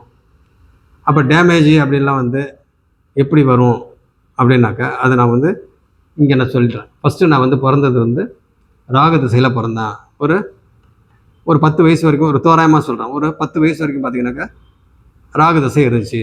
அப்போ ராகு தசையில் வந்து எப்படி இருந்தேன் அப்படின்னாக்கா ராகு நல்ல விதமாக இருக்கிறாரு. அப்போ நல்ல விதமாக இருக்கிறாரு அப்படின்னாக்கா ராகு தசை பீஸ்ஃபுல்லாக போச்சு, எந்த பிரச்சனையும் இல்லை, நான் நல்லா ஃபீல் பண்ணியிருக்கேன். சின்ன வயசாக இருந்தாலும் தெரியும் எனக்கு. அது இப்போ நான் ஜோதிடத்தில் இருக்கிறனால அப்போ நான் ஃபுல்லாக வந்து எப்படி இருந்தேன் அப்படின்றது எல்லாத்தையும் அனலைஸ் பண்ணிட்டேன். அப்போ ராகு தசை நம்மளுக்கு சூப்பராக போச்சு. சின்ன வயசில் வந்த ராகுவாக இருந்தாலும் அதே ராகு வந்து முழுசாக 18 வருஷமும் பார்த்தீங்கன்னாக்கா ராகு தசையிலேயே நான் முழுசாக இருந்திருந்தேன் அப்படின்னாக்கா அங்கே படிப்புக்கு பிரச்சனை வந்திருக்கும், எல்லாத்துக்கும் சிக்கல் வந்திருக்கும். மொத்தத்தில் சின்ன வயசில் வர ராகு தசை நல்லா இருக்காது. சின்ன வயசில் வர ராகு தசையும் சுக்கிர தசையும் பார்த்தீங்கன்னாக்கா எப்பயுமே வந்து அது தோஷத்தை தான் உருவாக்குமே தவிர நல்லது பண்ணாது. அப்போ எனக்கு வந்த ராகு தசை அந்த 10 வயசோடு எனக்கு முடிஞ்சனால எனக்கு அந்த அளவுக்கு பிரச்சனை பண்ணல. அடுத்தது வந்த குரு தசை, அஷ்டமாதிபதி தசை. அஷ்டமாதிபதினாவே என்னது? உங்களுக்கு அஷ்டமாதிபதி 8ஆம் வீட்டு ஆதிபத்தியம். கடன், நோய், எதிரி, வம்பு, வழக்கு, அசிங்கம், கேவலம், விபத்து, மரணத்துக்கு நிகரான கண்டம் எல்லாத்தையும் கலந்து கொடுத்துச்சு. எல்லாத்தையும் கலந்து மிக்ஸ் பண்ணி கொடுத்துச்சு. சின்ன வயசாக இருந்தாலும் படிக்கிற வயசாக இருந்தாலும் எல்லாத்தையும் கலந்து கொடுத்துச்சு. ஆக மொத்தம் அந்த குரு போய் எங்கே, அந்த அட்டமாதிபதி குரு போய் எங்கே உட்காந்துருக்கிறாரு? அவர் இங்கே உட்காந்துருக்கிறாரு. அப்போ அந்த இடத்துல கேதுவும் குருவும் இங்கே உட்காந்துருக்குறாங்க. அப்போ கேதுவும் குருவும் அந்த இடத்துல உட்காந்துருக்குறாங்க அப்படின்றப்ப உங்களுக்கு அந்த இடத்துல கேதுவும் குருவும் வந்து டிகிரி வைஸ் பார்க்குற பார்த்தீங்கன்னாக்கா 3 டிகிரி தான் வித்தியாசம். அப்போ அந்த இடத்துல ஒரு யோகம் வந்து சொல்லுவாங்க. அந்த யோகம் அப்படின்னாவே கேல யோகம். அப்போ கேல யோகம் அப்படின்னாவே கோடீஸ்வர யோகம் அப்படின்ற மாதிரி சொல்லுவாங்க. யோகங்கள்லாம் பார்த்தீங்கன்னாக்கா எல்லாருக்கும் வேலை செய்யலாம் சொல்ல முடியாது. சில பேருக்கு வேலை செய்யும், வேலை செய்யாது. அது எங்கே உட்காந்துருக்காங்க, எத்தனை டிகிரியில் உட்காந்துருக்காங்க, என்ன இது மற்ற விஷயங்கள் இது எல்லாத்தையும் வச்சு நம்ம பார்க்குறப்ப, ரெண்டாவது இந்த லக்னம் இந்த லக்னத்துக்கு இந்த குரு வந்து எதிரி, எதிர்த்தன்மை, எதிரின்னு சொல்லக்கூடாது, எதிர்த்தன்மை உடையவர். அப்போ பார்த்தீங்கன்னாக்கா உங்களுக்கு இந்த லக்னத்துக்கு ரிஷப லக்னத்துக்கு குரு தசையில் குரு வந்து நல்லது பண்ணுவாரா? அப்போ குரு வந்து 8க்கு உடையவர், 11க்கு உடையவர், 8க்கு உடையவர், 11க்கு உடையவர். அப்போ 8க்கு உடைய வேலையை வந்து பண்ணார். அப்போ 11க்கு உடைய வேலையை வந்து நல்ல விதமாக பண்ணார். இப்போ ஃபஸ்ட்டு வந்து நல்லா கஷ்டத்தை கொடுத்தாரு, நல்ல கஷ்டத்தை கொடுத்தாரு. நிறைய சிக்கல்கள் வந்துடுற உடல் ரீதியாக, மன ரீதியாக எல்லாத்துலேயும் பார்த்தீங்கன்னாக்கா எல்லாம் இப்போ நான் சொன்ன பாருங்கள், கடன், நோய், எதிரி, வம்பு, வழக்கு, அசிங்கம், கேவலம், விபத்து கண்டம், விபத்துக்கு கண்டம், அதே மாதிரி மரணத்துக்கு நிகரான கண்டம். மரணம் வரலையே ஒழிய மரணத்துக்கு நிகரான கண்டத்தை கொடுத்துச்சு. ஆக மொத்தம் இப்போ நான் சொன்ன பாருங்க, இது எல்லாத்தையும் கலந்து கொடுத்துச்சு. இந்த 8ஆம் வீட்டு வேலையை பண்ணுச்சு. அப்போ குரு தசையில் இந்த 11ஆம் வீட்டு வேலையும் பண்ணுச்சு. ஃபஸ்ட்டு கொடுத்ததெல்லாம் கஷ்டத்தை கொடுத்துட்டு கடைசியாக முடிய போகிற நேரத்தில் பார்த்தீங்கன்னாக்கா நல்லது பண்ணிவிட்டு போயாச்சு. அப்போ எப்போ நல்லது பண்ணுச்சு அப்படின்னு கேட்டிங்கனாக்கா, உங்களுக்கு குருதசை ராகு புக்தி அதில் வந்து பிறந்த இடத்த விட்டு நவுத்திருச்சு வெளியே. நான் வெளியே போகணுங்கன்னெல்லாம் எந்த பிளானும் பண்ணல, தன்னால் நவுத்திருச்சு. ஏன் அந்த மாதிரி வந்து ஒரு நல்ல விதமாக நவுத்துச்சு அப்படின்னு கேட்டிங்கன்னா, அப்போ அடுத்த தசையில் வந்து நல்லது நடக்க போகுதுன்னு அர்த்தம். அடுத்த தசை வந்து நம்மளுக்கு நல்லது நடக்க போகுது. ஏன் அப்படின்னு கேட்டிங்கன்னா, சனி வந்து இங்கே சுபத்துவமாக இருக்காரு. ரெண்டாவது உபஜய ஸ்தானத்தில் 11ஆம் வீட்டில் உட்காந்துருக்கிறாரு. அந்த வீட்டில் வந்து எந்த பாவகிரகம் உட்காந்தாலும் சரி, சுபகிரகம் உட்காந்துருந்தாலும் சரி, உங்களுக்கு அந்த வீட்டில் இருக்கிறவங்க வந்து கெடுதல் பண்ண மாட்டாங்க. 11ஆம் வீட்டில் உபஜயஸ்தானம் 3, 6, 10, 11. அப்போ பார்த்தீங்கன்னாக்கா உங்களுக்கு நல்ல விதமாக அங்கே இருப்பார். அப்போ சனி தசை வந்து நல்ல விதமாக போகுது அப்படின்றத வந்து குரு தசை எண்டிலே வந்து நம்மளுக்கு சிம்டம்ஸ் வந்து காட்டிடும். அதே மாதிரி காட்டின உடனே கரெக்டாக சனி தசை ஆரம்பத்திலே தொழில் கல்விக்கு உண்டான அமைப்புக்கு தள்ளிடுச்சு. தொழில் கல்விக்கு உண்டான இதுக்கு தள்ளிடுச்சு. அப்போ தொழில் கல்வின்றதை இப்போ நான் செஞ்சுட்டு இருக்கிறேன் பாருங்கள், லேப். அந்த லேபுக்கு உண்டான கோர்ஸ் வந்து அப்போ தான் ஜாயின் பண்ணுறேன். அதுக்கு முன்னாடி வேறு ஒரு கோர்ஸ் படித்து அங்கே அதாவது குரு தசையில் பயங்கர பிரச்சனை வந்து அங்கே வந்து பார்த்திங்கன்னா அந்த கோர்ஸையே விட்டுட்டு அப்புறம் பார்த்திங்கனாக்கா கரெக்டாக சனி தசையில் இந்த கோர்ஸுக்கு வந்து ஜாயின் பண்ணுற மாதிரி ஆயிடுச்சு. கடைசியில் பார்த்தா கடைசி வரைக்குமே இந்த இதில் இருக்கிற மாதிரி ஆகிப்போச்சு. இந்த ஃபீல்டில் லேப் ஃபீல்டுலேயே வந்து இருக்கிற மாதிரி ஆகிப்போச்சு. ஆக மொத்தம் உங்களுக்கு சனி தசையில் நல்ல விதமாக போச்சு. எப்படி நல்ல விதமாக போச்சுன்னா, எல்லாம் எடுத்து டக்குன்னு கொடுத்துச்சா சனி? அப்படிலாம் கிடையாது. சனியை பொறுத்த வரைக்கும் எடுத்தவனை கொடுக்க மாட்டார். வந்து நம்மளை பக்குவப்படுத்துவார். ஃபஸ்ட்டு வந்து டென்ஷனை வந்து உண்டு பண்ணுவார். டென்ஷனை உண்டு பண்ணுறாங்க என்னது, நம்மளுக்கு கற்றுக் கொடுக்குறாரு. இப்படி பண்ணால் இந்த பிரச்சனை வரும், இப்படி பண்ணால் இந்த பிரச்சனை வரும் அப்படின்னு சொல்லி அந்த பிரச்சனையை கொடுப்பாரு. அந்த பிரச்சனையை நம்மளுக்கு கொடுத்து அதில் வந்து நம்மளை பக்குவப்படுத்துவார் சனி தசையிலே. அதுதான் சனி தசை சனி புக்தியில், சுய புக்தியில் பக்குவப்படுத்துவார். அப்போ வந்து என்னென்ன பிரச்சனை நம்ம வந்து கொடுக்கணும், அவங்க பார்த்தீங்கன்னா அந்த சனி தசை ஃபுல்லாக நம்ம எப்படி இருக்கணும்னு சொல்லி அப்படியே நம்மளுக்கு கிளாஸ் எடுப்பார். அந்த சுய புக்தியில் எல்லாத்தையும் கிளாஸ் எடுத்து அடி உழுவ வச்சு அதுக்கப்புறமா நம்மளே வந்து உணர்ந்து தெளிஞ்சு நம்ம எப்படி இருக்கணும் சனி தசையில் அப்படின்னு சொல்லி நம்மளே வந்து மைண்ட் செட் பண்ணிக்கிட்டு ஆட்டோமேட்டிக்காக பார்த்தீங்கன்னா நம்மளை பக்குவப்படுத்தி ஒவ்வொரு ஸ்டேஜுக்கும் ஒவ்வொரு நல்லது நடக்கிறதுக்கும் பார்த்தீங்கன்னாக்கா அந்த எது நல்லது நடக்க போதோ அதுக்கு உண்டான கெடுதலை கொடுப்பாரு. ஒரு நல்லது நடக்க போகுது அப்படின்னாக்கா அதுக்கு உண்டான டிஸ்அட்வான்டேஜ் அங்கே அதுக்கு அதாவது சாதகமற்ற நிலை அங்கே என்ன அப்படின்றத ஃபஸ்ட்டு கொடுத்துருவார் நம்மளுக்கு.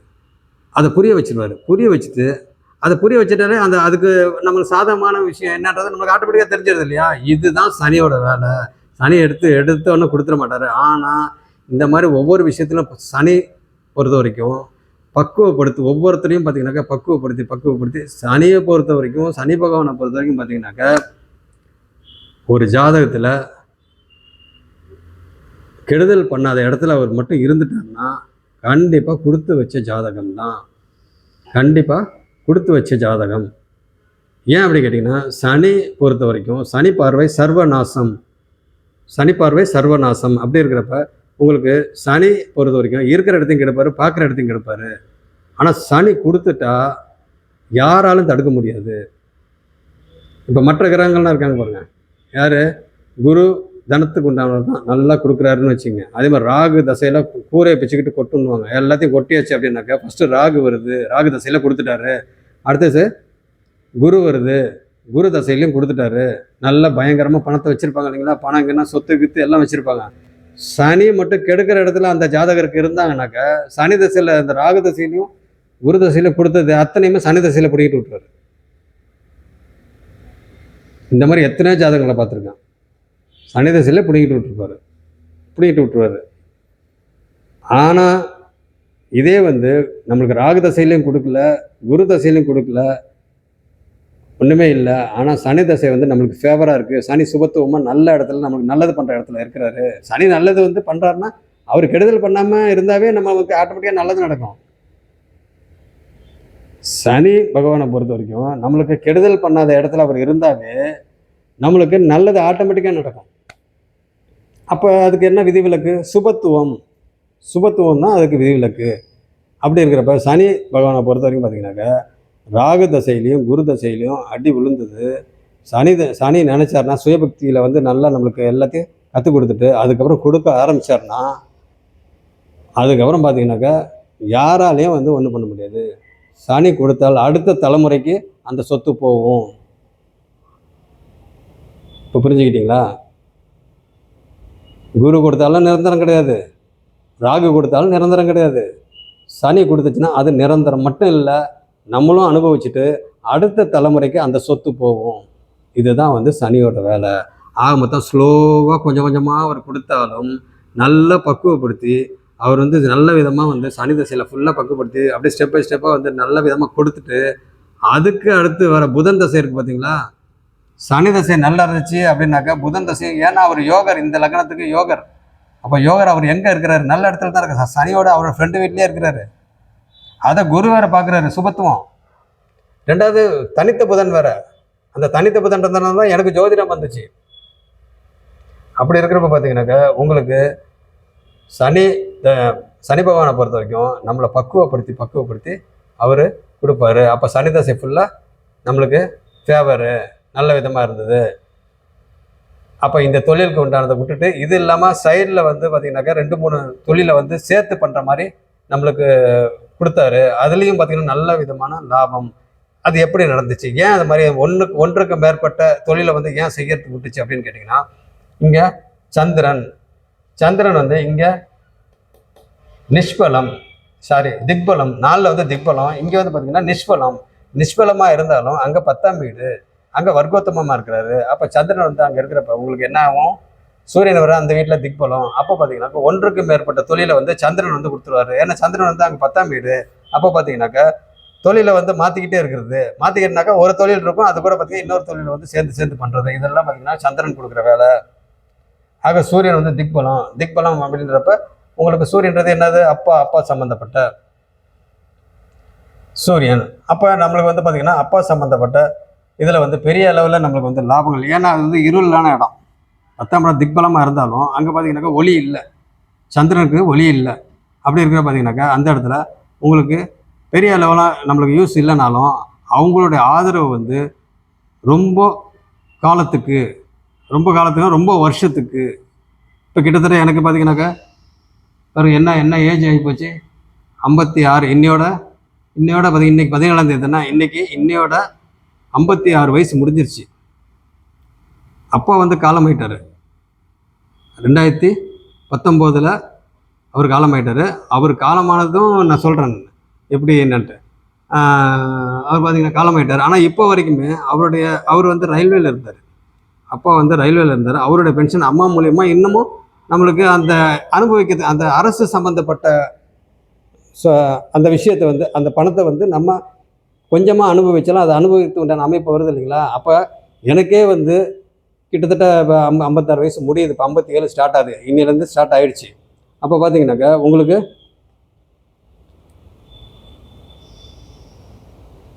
அப்போ எனக்கே வந்து நானே இப்போ 56 வருஷமாக வந்து அவரோட இதை நான் வந்து யூஸ் பண்ணிகிட்டு இருக்கிறேன் அப்படின்னாக்கா அவர் நம்மளுக்கு அவர் இருந்தார், நல்ல விதமாக பண்ணார். அதுக்கப்புறம் பார்த்தீங்கன்னாக்கா நம்மளும் இப்போவும் வந்து அம்மா மூலிமா நம்மளுக்கு அவருடைய இதை வந்து யூஸ் பண்ணுறோம். அவருடைய என்ன சொல்கிறது, அவருடைய பணம் பென்ஷன்றாங்க இல்லைங்களா, அந்த அந்த பணத்தை வந்து நம்ம வந்து யூஸ் பண்ணுறோம். அப்போ வந்து பார்த்திங்கன்னா உங்களுக்கு அப்போ அவர் வந்து ரயில்வேயில் ஜாயின் பண்ணார் பாருங்கள். அப்போ எத்தனை வருஷமாக வந்து இந்த இதை வந்து நம்ம யூஸ் பண்ணிக்கிட்டு இருக்கிறோன்னு பார்த்துங்க, புரிஞ்சுங்க. அது எதுக்காக அப்படின்னு கேட்டிங்கன்னா, திக்பலமாக இருந்தாலும் பகை வீடு தான். பகை வீடாக இருந்தாலும் எனக்கும் அப்பாவுக்கும் பார்த்திங்கன்னா கொஞ்சம் டிஸ்டன்ஸ் இருந்தாலும் பட் அவரோட இது வந்து நம்மளுக்கு எப்பயுமே கிடச்சிக்கிட்டு இருக்குது, நிரந்தரமாக கிடச்சிக்கிட்டு இருக்குது. இதுதான் வந்து திக்பலம்னு சொல்லிட்டு அடிக்கடி எல்லாரோட ஜாதகத்துலேயும் திக்பலம் சொல்கிறதுக்கு காரணமே வந்து இதுதான்.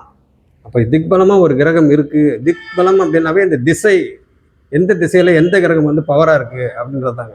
சரி, ஓகே. இப்போ பார்த்தீங்கன்னாக்கா இதுதான். அப்போ சந்திரன் இங்கே ஒளி இல்லைனாலும் சூரியனும் அங்கே இதானாலும் நம்மளுக்கு அதன் மூலியமாக வருது. அப்போ இங்கே சந்திரன் இங்கே 10ஆம் வீட்டில் இருக்கிறனால தொழிலை வந்து ஒன்றுக்கு மேற்பட்ட தொழில் வந்து செஞ்சுக்கிட்டே இருப்பாங்க. அதன் மூலியமாகவும் லாபங்கள் வரும். ஆனால் அதிக அளவு லாபம் வராது. ஏன் அப்படின்னா அங்கே ஒளி இல்லை.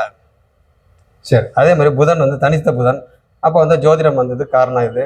அதே மாதிரி பார்த்தீங்கன்னாக்கா உங்களுக்கு வேற என்ன, செவ்வாய் அப்பா இறந்தது வந்து எப்படி அப்படின்னு கேட்டிங்கன்னா, காலமானது எப்படின்னு கேட்டிங்கனாக்கா, அவருக்கு எனக்கு புதன் தசையில் சூரிய புக்தி கரெக்டாக பார்த்தீங்கன்னாக்கா எனக்கு புதன் தசை சூரிய புக்தி. அந்த சூரிய புக்தியில் தான் அவர் காலமானார். செவ்வாய் பார்வை சூரியனுக்கு கரெக்டாக பார்த்தீங்கன்னாக்கா அவருக்கு காலில் ஒரு 2 வீலர் காரை வந்து பார்த்திங்கனாக்கா அடிச்சிட்டான். அதில் காலில் அடிப்பட்டு ஃப்ராக்சர் ஆகி போச்சு. அந்த ஃப்ராக்சர் வந்து ஆப்ரேஷன்லாம் பண்ணி ஒரு 2 வருஷத்துக்கு மேலே இருந்தார். அதுக்கப்புறம் பார்த்திங்கனாக்கா புதன் தசை சூரிய புக்தியில் அவர் காலமானார். அவர் இறக்குறப்ப 87 வயசு. சரி, ஓகே, அதெல்லாம் இருக்கட்டும். பார்த்துங்க, இன்னும் நிறைய விஷயங்கள் சொல்லிக்கிட்டே இருக்கலாம். சொன்ன அப்படியே கதை சொல்கிற மாதிரி போயிட்டே இருக்கும். அப்போ வந்து சனி தசை நல்ல விதமாக போச்சு. புதன் தசையில் வந்து இப்போ வரைக்கும் பார்த்திங்கன்னா நல்ல விதமாக போயிட்டுருக்கு. எனக்கு ஜோதிடத்தை கொடுத்தது வந்து புதன் தசை ராகு புக்தி இப்போ தான் கொடுத்தது. புதன் தசை ராகு புக்தி தான் ஜோதிடத்தை கொடுத்து இப்போ உங்கள்கிட்ட நான் பேசிகிட்டு இருக்கிறதுக்கு மெயினான காரணம் இது.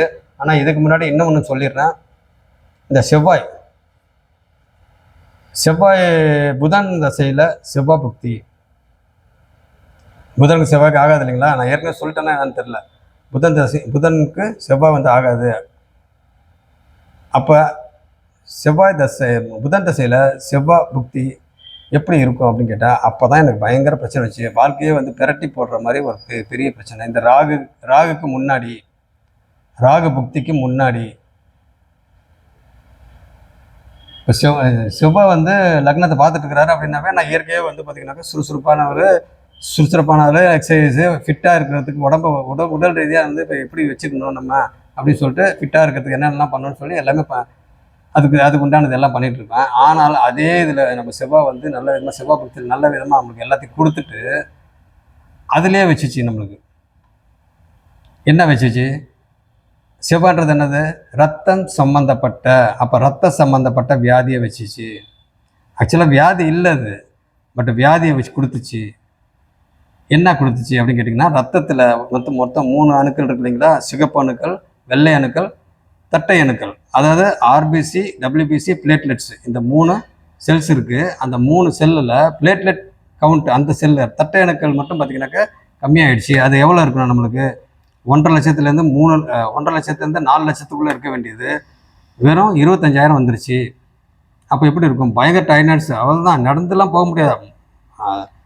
அந்த அளவுக்கு வந்து கிட்டத்தட்ட ஒரு 2-3 மாதம் வந்து அவ்வளோதான்.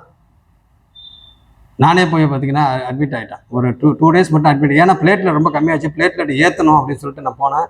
அங்கே பார்த்திங்கன்னா அவங்க பிளேட்லெட்டே போடல. ஏன் இந்த ப்ராப்ளம் வந்துச்சுன்னு சொல்லி அப்சர்வ் பண்ணுறதுக்கு அந்த அப்சர்வேஷன் தான் வச்சுருக்காங்க வழிய, மற்றபடி ட்ரீட்மெண்ட்டே எதுவுமே இல்லை. அந்த பிளேட்லெட் வந்து நீங்கள் வந்து வேறு ஒரு தமிழ்நாட்டிலே வந்து ஒரு பெரிய பிரபல மருத்துவமனை பேர் சொன்னாங்க. அங்கே வந்து பார்த்திங்கன்னா அங்கே போங்க இதுக்கு அப்படின்னு சொல்லி அங்கே அனுப்பிச்சிட்டாங்க. அங்கே போனீங்கன்னாக்கா ஒரு 4 வாரம் பிளட் டெஸ்ட்டு பண்ணிவிட்டு அவங்க ட்ரீட்மெண்ட் கொடுத்து கடைசியில் நம்மளுக்கு உயிர் காக்கும் மருந்துன்னு ஒரு மருந்து இருக்குது. அந்த மருந்து வந்து கொடுத்துட்டு கடைசியில் பார்த்திங்கன்னா சுகர் எதுவுமே இல்லாத அந்த மருந்தை சாப்பிட்டு, மாத்திரையை சாப்பிட்டு சுகரே இல்லாதவங்களுக்கு சுகர் 550, 600 சல்லு ஏறி இது லைஃப் லாங் வேறு சாப்பிட்ணும் அப்படின்னு சொல்லிட்டாங்க. நான் பார்த்து 10-15 நாள் சாப்பிட்டுட்டு எல்லாத்தையும் தூக்கி எறிஞ்சிட்டு அதுக்கப்புறம் அவங்க என்ன ஃபைனலாக வந்து 4 வாரமும் போய் அவங்க என்ன அவங்களோட அடுத்த பிளான் என்னன்னு கேட்டிங்கனாக்கா, ரத்தத்தில் புற்றுநோய், ரத்தத்தில் கேன்சர் அப்படின்ற மாதிரி அவங்களுடைய பிளான் அடுத்தது. அப்போ புற்றுநோய் அப்படின்னாவே அடுத்தது என்னதுங்க, கீமோதெரப்பி ட்ரீட்மெண்ட். அது கீமோதெரப்பி உள்ளே போயாச்சுனாக்கா அவ்வளோதான், முடிஞ்ச கதை. அப்போ இன்றைக்கி நான் உங்கள்கிட்ட பேசிக்கிட்டு இருக்கிறதுக்கு மெயினான காரணம் என்ன கேட்டிங்கனாக்கா, இந்த புதன் தசை தான் மெயினான காரணம். நான் வாழ்க்கையில் வந்து ஓரளவுக்கு தொழில் ரீதியாக மற்ற விஷயங்கள் இதிலெல்லாம் பார்த்திங்கனாக்கா நல்ல விதமாக வந்தது சனி தசை, சக்ஸஸ் பண்ணது. இப்போ புதன் தசையில் பார்த்திங்கனாக்கா நல்ல விதமாக வந்து புதன்னாவே எனது அறிவு சம்மந்தப்பட்ட தனித்த புதன் வேறு, குரு பார்வையில் வேறு இருக்கிறாரு. அப்படி இருக்கிற பார்த்தீங்கன்னா 9ஆம் வீடு வேறு. அப்போ நல்ல விதமாக வந்து ஒரு 10 வருஷம் நல்ல விதமாக சூப்பராக போச்சு, எந்த வேறு தங்கு தடங்கள் இல்லாமல். ஆனால் எல்லா விஷயத்துலையும் ரொம்ப டாப்பில் இருந்துச்சு, ஒன்றும் பிரச்சனை இல்லை. நான் சொன்ன பாருங்க, இந்த பாவக விதிப்படி ஒரு சில இது சொன்னாங்களா, அந்த மாதிரி கொஞ்சம் டிஸ்அட்வான்டேஜ். எப்பயுமே வந்து இரு ஆதிபத்திய இது வேலையை பண்ணும் இல்லைங்களா. அப்போ ஒரு வீடு நல்லது தான் பண்ணும், ஒரு வீடு வந்து கொஞ்சம் ஒரு மாதிரி. எப்பயுமே ஒரு வீடு நல்லா இருந்தால் ஒரு வீடு கொஞ்சம் நெகட்டிவாக இருக்கும். அப்படி இருக்கப்போ ஃபஸ்ட்டு பண்ணதெல்லாம் இந்த வீட்டு 5ஆம் வீட்டு பலனை எல்லாத்தையும் பண்ணிடுச்சு. 2வது பண்ணுறது வந்து பார்த்திங்கனாக்கா அங்கே சில டிஸ்அட்வான்டேஜ் பண்ணுது. அப்படி இருக்கிற பார்த்திங்கனாக்கா கடைசியில் பார்த்திங்கன்னா அவங்க பிளான் வந்து இந்த மாதிரி சொல்லி ட்ரீட்மெண்ட்டு இது தான் அப்படின்ற மாதிரி அவங்க சொல்லியாச்சு. நான் என்ன பண்ணேன், எல்லாத்தையும் அதுதான் புதன் தசை, டோட்டலாக எல்லாத்தையும் முடிச்சுட்டு இனிமேல் எந்த மருந்தும் தேவையில்லை, நம்ம என்னன்னாலும் பிளேட்டட்டே ஏறலனாலும் பரவாயில்ல, நம்ம பார்த்துக்கலாம் அப்படின்னு சொல்லிட்டு ஒரு தைரியம் வந்து கடைசியில் பார்த்திங்கன்னா அதுக்கு என்னென்னலாம் பண்ணணும், என்ன எது ஏன் குறைஞ்சி சொல்லி நான் வந்து ஒரு 10 வருஷத்து பிளட் டெஸ்ட் பண்ண இது ரிப்போர்ட்டு மற்ற ரிப்போர்ட்டு எல்லாத்தையும் எடுத்து வச்சு நான் அனலைஸ் பண்ணி ஒரு முடிவுக்கு வந்து கடைசியில் பார்த்திங்கனாக்கா எந்த பிளட் டெஸ்ட்டும் பண்ணாமல் 3 மாதம் அப்படியே கம்ப்ளீட்டாக விட்டு அதுக்கு என்னென்ன பண்ணணுமோ எல்லாம் பண்ணி கடைசியில் பார்த்திங்கன்னா பிளேட்லெட் கவுண்ட்டு 1.5 லட்சம் வந்துச்சு. இதுக்கெல்லாம் பார்த்திங்கன்னா 3 மாதம். அப்போ 3 மாதம் என் மனநிலை எப்படி இருந்திருக்கும், 3 மாதம் என் மனநிலை எப்படி இருக்கும். அப்போ இந்த 3 மாதத்து மனநிலை ரொம்ப மோசமாக இருந்து அதுக்கப்புறம் நான் கொஞ்சம் மேலே வந்ததுக்கு காரணம், அதெல்லாம் வந்து மறந்து இந்த மாதிரி வந்ததுக்கு காரணம் என்ன கேட்டிங்கன்னா, இந்த ஜோதிடம் தான் எனக்கு வந்து இன்றைக்கி மறுவாழ்வு கொடுத்ததுக்கு மெயினான காரணம் வந்து இந்த ஜோதிடம். இன்றைக்கி நான் உயிரோடு இருக்கிறதுக்கு இந்த ஜோதிடம் ஒரு முக்கியமான காரணம். என்ன காரணம் அப்படின்னு கேட்டிங்கன்னா, அவ்வளோ டென்ஷனையும் பார்த்திங்கனாக்கா வேறு பக்கம் விட்டாச்சு. உடல் ரீதியாக வந்து பயங்கர மன அழுத்தம். ஏன்னா ஒருத்தவங்க திடீர்னு கேன்சர் வந்துச்சுன்னு சொன்னாக்கா ஃப்யூச்சர் எப்படி, என்ன ஏது, பிள்ளைங்களோட லைஃப் என்னது, நம்மளோட லைஃப் என்னது, மற்ற விஷயங்கள்லாம் என்ன, எவ்வளோ விஷயங்கள் தோணுங்க. அப்போ அவ்வளோத்தையும் தைரியமாக வச்சுக்கிட்டு எதுனாலும் நம்ம பார்த்துக்கலாம். நம்ம புதன் தசை இப்போ நடக்குது. அப்போ நம்மளுக்கு புதன் தசைலாம் தெரியாது. இப்போ நான் சொல்கிறேன் புதன் தசைன்னு, அப்போல்லாம் எதுவுமே தெரியாது. நம்ம பார்த்துக்கலாம். அப்போனா இப்போ எவ்வளோ தைரியமாக இருந்திருக்கும் பார்த்துங்க. அந்த பிரபல ஹாஸ்பிட்டலுக்கு போனேன், தமிழ்நாட்டிலே ஒரு பெரிய பிரபல ஹாஸ்பிட்டலு.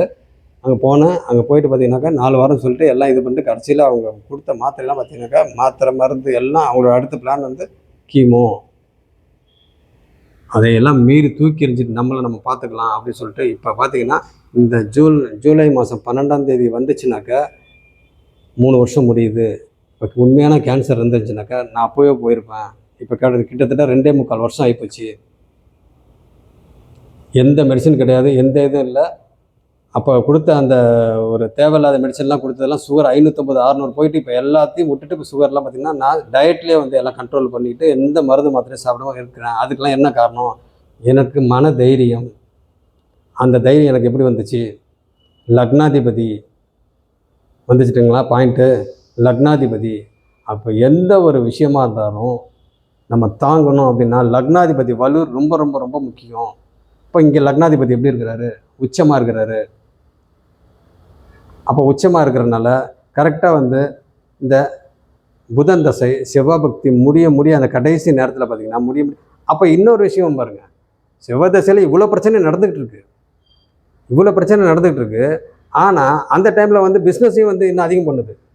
நம்மளால் செய்ய முடியல, பண்ண முடியல. அப்போ பார்த்திங்கன்னா நல்லதும் பண்ணுது, அதுக்கு உண்டான போய் சர்வீஸ் பண்ண முடியாத சூழ்நிலையும் கொடுக்குறாரு.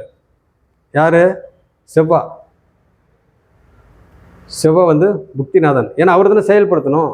அவர் பார்த்தீங்கன்னாக்கா புதன் வந்து ஆர்டர் போடுறாரு, இவர் வந்து தடுக்கிறாரு.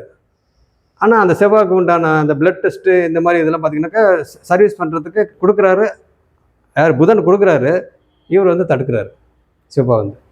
அப்போ அதன் மூலிமா அப்போ வியாதி இல்லை, வியாதி மாதிரி ஒன்று கொடுத்து அதில் எவ்வளோ தடங்கல் பண்ணி நம்மளை மன உளைச்சல் கொடுத்து ஏகப்பட்ட விஷயம், மன அழுத்தம், எல்லா விஷயத்துலையும். அப்போ ஒன்றும் இல்லை, ஒரு விஷயம் உயிர் போகுது அப்படின்னு சொல்லிட்டாங்கன்னா நம்மளுக்கு என்னென்னலாம் தோணும், எப்படி நம்மளுடைய மனசு இருக்கும், நம்ம தூக்கம் வருங்களா, தூக்கத்துக்கெல்லாம் மாற்ற ஐயோ அதை கதையெல்லாம் சொன்னாக்கா அவ்வளோதான். வேறு யாராவது இருந்தால் லக்னாதிபதி மட்டும் எனக்கு வீக்காக இருந்தால் நான் அப்பயும் உயிர் போயிருக்கும் டெஃபினட்டாக, அதில் ஒன்றும் சந்தேகமே கிடையாது. அந்த இதுலேயும் வந்து இவ்வளோ இதுலேயும் தாங்கி அதுலேருந்து கம்ப்ளீட்டாக வெளியே வந்து இன்றைக்கி வந்து ஜோதிடத்து உள்ள மெயினான கம்ப்ளீட்டாக வெளியே வந்தது காரணமே ஜோதிடம் தாங்க. கரெக்டாக ராகு வந்துச்சு. ராகு ஸ்டார்டிங்லேயோ கொஞ்சம் மிடில்லையோ இல்லை என்னன்னு தெரியல. இப்போ நான் ஜோதிடத்தில் வந்து ஒரு ஒன்றரை வருஷம் கரெக்டாக முடிஞ்சிருக்கு. ஜோதிடத்தில் வந்து கரெக்டாக 1.5 வருஷம் முடிஞ்சிருக்கு. அப்போ எந்த அளவுக்கு பார்த்தீங்கன்னாக்கா ஜோதிடம் வந்து இன்றைக்கி நான் வாழ்ந்துட்டு இருக்கிறேன் அப்படின்னாக்கா அதுக்கு ஜோதிடம் முக்கியமாக. ஏன்னா மைண்டை வந்து டைவெர்ட் பண்ணிடுச்சு கம்ப்ளீட்டாக. அதெல்லாம் அதெல்லாம் ஒன்றுமே இல்லை, நீ பார்த்துக்க அப்படின்னு சொல்லி அப்புறம் மற்ற விஷயங்கள் நான் ஜோதிடத்தில் வந்தோன்னே மற்ற விஷயங்கள் ஒவ்வொன்றா அப்படி ஆராய்ச்சி பண்ணி என்னென்ன விஷயம் சொல்லி மற்றவங்களாம் பலன் சொல்ல எல்லா விஷயத்தையும் பார்த்தீங்கன்னாக்கா கண்டுபிடிச்சி பண்ணிக்கிட்டு இருக்கிறப்ப இதெல்லாம் ப்ராக்டிஸ் தான். ப்ராக்டிஸ் பண்ண ஆட்டோமேட்டிக்காக என்ன ஆகிடுச்சு உங்களுக்கு, அந்த பழைய விஷயங்கள் என்னது, அந்த கேன்சர் சம்மந்தப்பட்ட விஷயம் அதெல்லாம் எதுவுமே இல்லை அப்படின்னு சொல்லி எல்லாம் பிளேட்லெட் கவுண்ட்லாம் இப்போ நார்மலாகி அதுக்கப்புறம் பார்த்தீங்கன்னா எத்தனை தடவை ஃபீவர் 2-3 தடவை ஃபீவர்லாம் வந்து எல்லாம் சரியாகி எல்லாம் மருந்து மாத்திரையாக சாப்பிடாம எல்லாம் சரி பண்ணி எல்லாம் தாங்குற அளவுக்கு இன்றைக்கி கிளாஸ் வந்து எடுத்துகிட்டு இருக்கிறேன். அப்படின்னா அதுக்கு மெயினான காரணம் வந்து பார்த்திங்கன்னா புதன் தசை ராகு. இன்றைக்கி யூடியூப்பில் வந்து நான் கிளாஸ் எடுக்கிறேன் அப்படின்னாக்கா அதுக்கு மெயினான காரணம் பார்த்திங்கனாக்கா ராகு மீடியா. ஏன் ராகு இங்கே என்ன பண்ணுறாரு, ராகு சுக்கிரன் சனி இங்கே சுபத்துவம். மெயினாக வந்து குரு பார்வையில் ராகு இருக்கிறாரு. அப்போ குரு பார்வை ராகு இருக்கிறான்றப்ப அவர் சுபத்துவம் ஆகிட்டார். ரெண்டாவது சுக்கிரனுக்கும் ராகுக்கும் பெரிய வித்தியாசம் ஒன்றும் இல்லை, டிகிரி வைஸில் வித்தியாசம் இருக்குது. வித்தியாசம் இருக்குது. அதே மாதிரி சனிக்கும் ராகு வித்தியாசம் இருக்குது, குருக்கும் சனிக்கும் வித்தியாசம் இருக்குது, குருக்கும் சுக்கிரனுக்கும் வித்தியாசம் இருக்குது. அதே மாதிரி வந்து பார்த்திங்கன்னா சுக்கிரனுக்கும் ராகுக்கும் வித்தியாசம் இருக்குது, சுக்கிரனுக்கும் சனிக்கும் வித்தியாசம் இருக்குது. அதே மாதிரி குரு வந்து டைரெக்டாக வந்து 8 டிகிரியில் வந்து 8 டிகிரியில் 11 டிகிரியில் இருக்கிறாரு. ராகு வந்து 8 டிகிரியில் இருக்கிறனால அங்கே பார்த்திங்கன்னா ராகு வந்து நல்லா சுபத்துவப்படுத்தினால ராகு தசையில் வந்து இன்றைக்கி யூடியூப்பில் வந்து நான் கிளாஸ் எடுக்கிறதுக்கு மெயினான காரணம். அதுவும் ஜோதிடத்தில் கிளாஸ் எடுக்கிறதுக்கு புதன், தனித்த புதன், அவர் குரு பார்வையில் இருக்கிறாரு. ஆக மொத்தம் இன்னும் நிறைய விஷயங்கள் இருக்குது, அதெல்லாம் வேண்டாம். இதுவே ரொம்ப நேரம் சிம்பிளாக சொல்லணும் சீக்கிரமாக முடிச்சுக்கிறேன்னு சொல்லிட்டு பார்த்தீங்கன்னாக்கா, ஏன்னா அவ்வளோ விஷயங்கள் இருக்குது. ஏன்னா இத்தனை தசையை நான் தாண்டி வந்திருக்கு இல்லைங்களா, இதில் ஒவ்வொரு விஷயமா தான் நம்ம சொல்லணும்ல. இப்போ சனி தசையில் நம்மளை பக்குவப்படுத்துவார் அப்படின்னு சொன்னால் ராகு தசை நல்ல விதமாக போச்சு. குரு தசை வந்து அட்டமாதிபதி ப்ளஸ் 11ஆம் வீட்டு அதிபதி, அதையும் ரெண்டுமே அவர் தான். அவர் எப்படி பண்ணாருன்றதை சொன்னேன். அதே மாதிரி இப்போ புதன் தசையில் என்ன பண்ணுச்சு அப்படின்னு சொன்னால் புதன் தசையில் செவ்வாய் பக்தி என்ன பண்ணுச்சுன்றதை அதை இப்போ நான் சொல்லணும் இல்லையா. ஏன்னா புதன் செவ்வாய் ஏன்னு கேட்டிங்கன்னா புதன் செவ்வாய் எப்பயுமே என்னது பாருங்கள், செவ்வாய்க்கு புதன் வந்து 8, இதுக்கு 6. அப்போ செவ்வாய் புதன்னாவே 6-8 தான் வருவார். அப்போ அதோட வேலையை அவர் பண்ணிடுவார். ஏன்னா ஆப்போசிட் டீமு, ரெண்டாவது எதிரி வேறு. அப்படி இருக்கிறப்ப உங்களுக்கு இன்னும் நிறையா விஷயங்கள் சொல்லணும். ஓகே, அது அடுத்தடுத்த கிளாஸில் சொல்லுவோம். அதனால் சிம்பிளாக நான் சொல்லியிருக்கிறேன். என்ன உங்களுக்கு அந்த ஆரம்ப நிலையில் இருக்கிறவங்களுக்கு வந்து அந்த பேசிக்கான விஷயத்தை கொஞ்சம் படுத்திட்டு அதுக்கப்புறமா பார்த்தீங்கன்னாக்கா மற்ற விஷயங்கள்லாம் ஜென்ரல் அவுட்லைன் மட்டும் சொல்லிவிட்டு முடிச்சுக்கலாம் அப்படின்னு நினச்சேன். கடைசியில் பார்த்தீங்கன்னாக்கா நம்ம ஜோதிடம் ஒரு ஜாதகத்தை எடுத்தால் புதையல் மாதிரி 5 மணி நேரம் 6 மணி நேரம் 10 மணி நேரம்னா கூட பேசிக்கிட்டே இருப்பேன் நான். அந்த மாதிரி ஏன்னா நான் பலன் சொல்கிறதே அப்படி தான், 1 மணி நேரம் 2 மணி நேரம் 3 மணி நேரம்லாம் பேசுகிறேன். அப்புறம் முந்தானத்தை கூட ஒருத்தர் வந்து ரஷ்யாவிலேருந்து இது கத்தார்லேருந்து வந்து பார்த்திங்கனாக்கா ஒருத்தர் வந்து பேசினார், பலன் சொன்னேன். அவர் பார்த்திங்கன்னா ரொம்ப நேரம் ஆகிப்போச்சு. ஒருத்தர் வந்து இப்போ ரீசெண்டாக 3 மணி நேரங்க ஃபோன்லேயே 3 மணி நேரம் பலன். அந்த மாதிரிலாம் பார்த்தீங்கன்னாக்கா இத்தனைக்கும் செகண்ட் டைமோ தேர்ட் டைமோ ஒரே ஜாதகத்துக்கு 3ஆவது டைமே அவ்வளோ பேசுகிறாங்கன்னா அப்போ எந்த அளவுக்கு வந்து டெப்த்தில் போகிறோன்னு பையங்க. அதனால் வந்து அதாவது ஜோதிடத்தில் வந்து இவ்வளோ நாள் வந்து இன்ட்ரெஸ்ட் அந்தளவுக்கு இன்ட்ரெஸ்ட் இருந்துச்சு. பட் அது எப்படி யார் கற்றுக் கொடுப்பா என்னன்றது இல்லை. கடைசியில் பார்த்தீங்கன்னாக்கா கரெக்டாக நான் நம்ம பேஷண்ட் வந்து ஒருத்தர் வந்தார். அவர் தான் வந்து ஜோதிடத்துக்குள்ள என்னை அறிமுகப்படுத்தினார். அது ஏற்கனவே ஒரு வீடியோ கூட நான் போட்டிருக்கேன். நம்ம கடைசியாக அவர் ஃப்ரெண்ட் ஆகிட்டார் நம்மளுக்கு. அதனால் வந்து பார்த்திங்கனாக்கா உங்களுக்கு அவர் பிளட் டெஸ்ட் பண்ண வந்து அவங்க அம்மா கூட்டிகிட்டு பிளட் டெஸ்ட் பண்ணுறதுக்கு வந்தார். வந்துட்டு பார்த்தீங்கன்னாக்கா அவர் சார் உங்கள் ராசி என்ன, நட்சத்திரம் என்ன அப்படின்னு கேட்டார். சொன்னால் அப்புறம் சார் உங்கள் லக்னம் என்ன அப்படின்னு கேட்டார். லக்னம் ஏங்க உங்களுக்கு ஜோதிடம் தெரியுமா அப்படின்னு கேட்டால், சார் நான் தெரியும் சார், நான் ஆடிட்டர் தான், ஜோதிடமும் தெரியும் அப்படின்னு சொன்னார். அப்புறம் பார்த்தீங்கன்னாக்கா லக்னம் என்னன்னே தெரியல, இதை மட்டும் சொல்லி லக்னம் என்னன்னு அவரே சொன்னார்.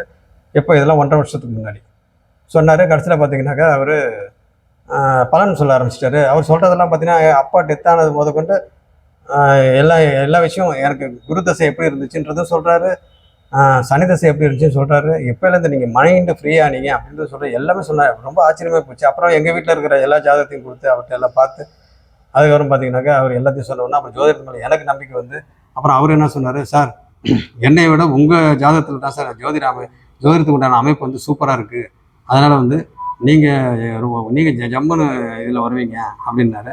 இந்த ஒரு வார்த்தை தான் பார்த்தீங்கன்னாக்கா இன்றைக்கி இந்த அளவுக்கு கொண்டு விட்டுச்சு.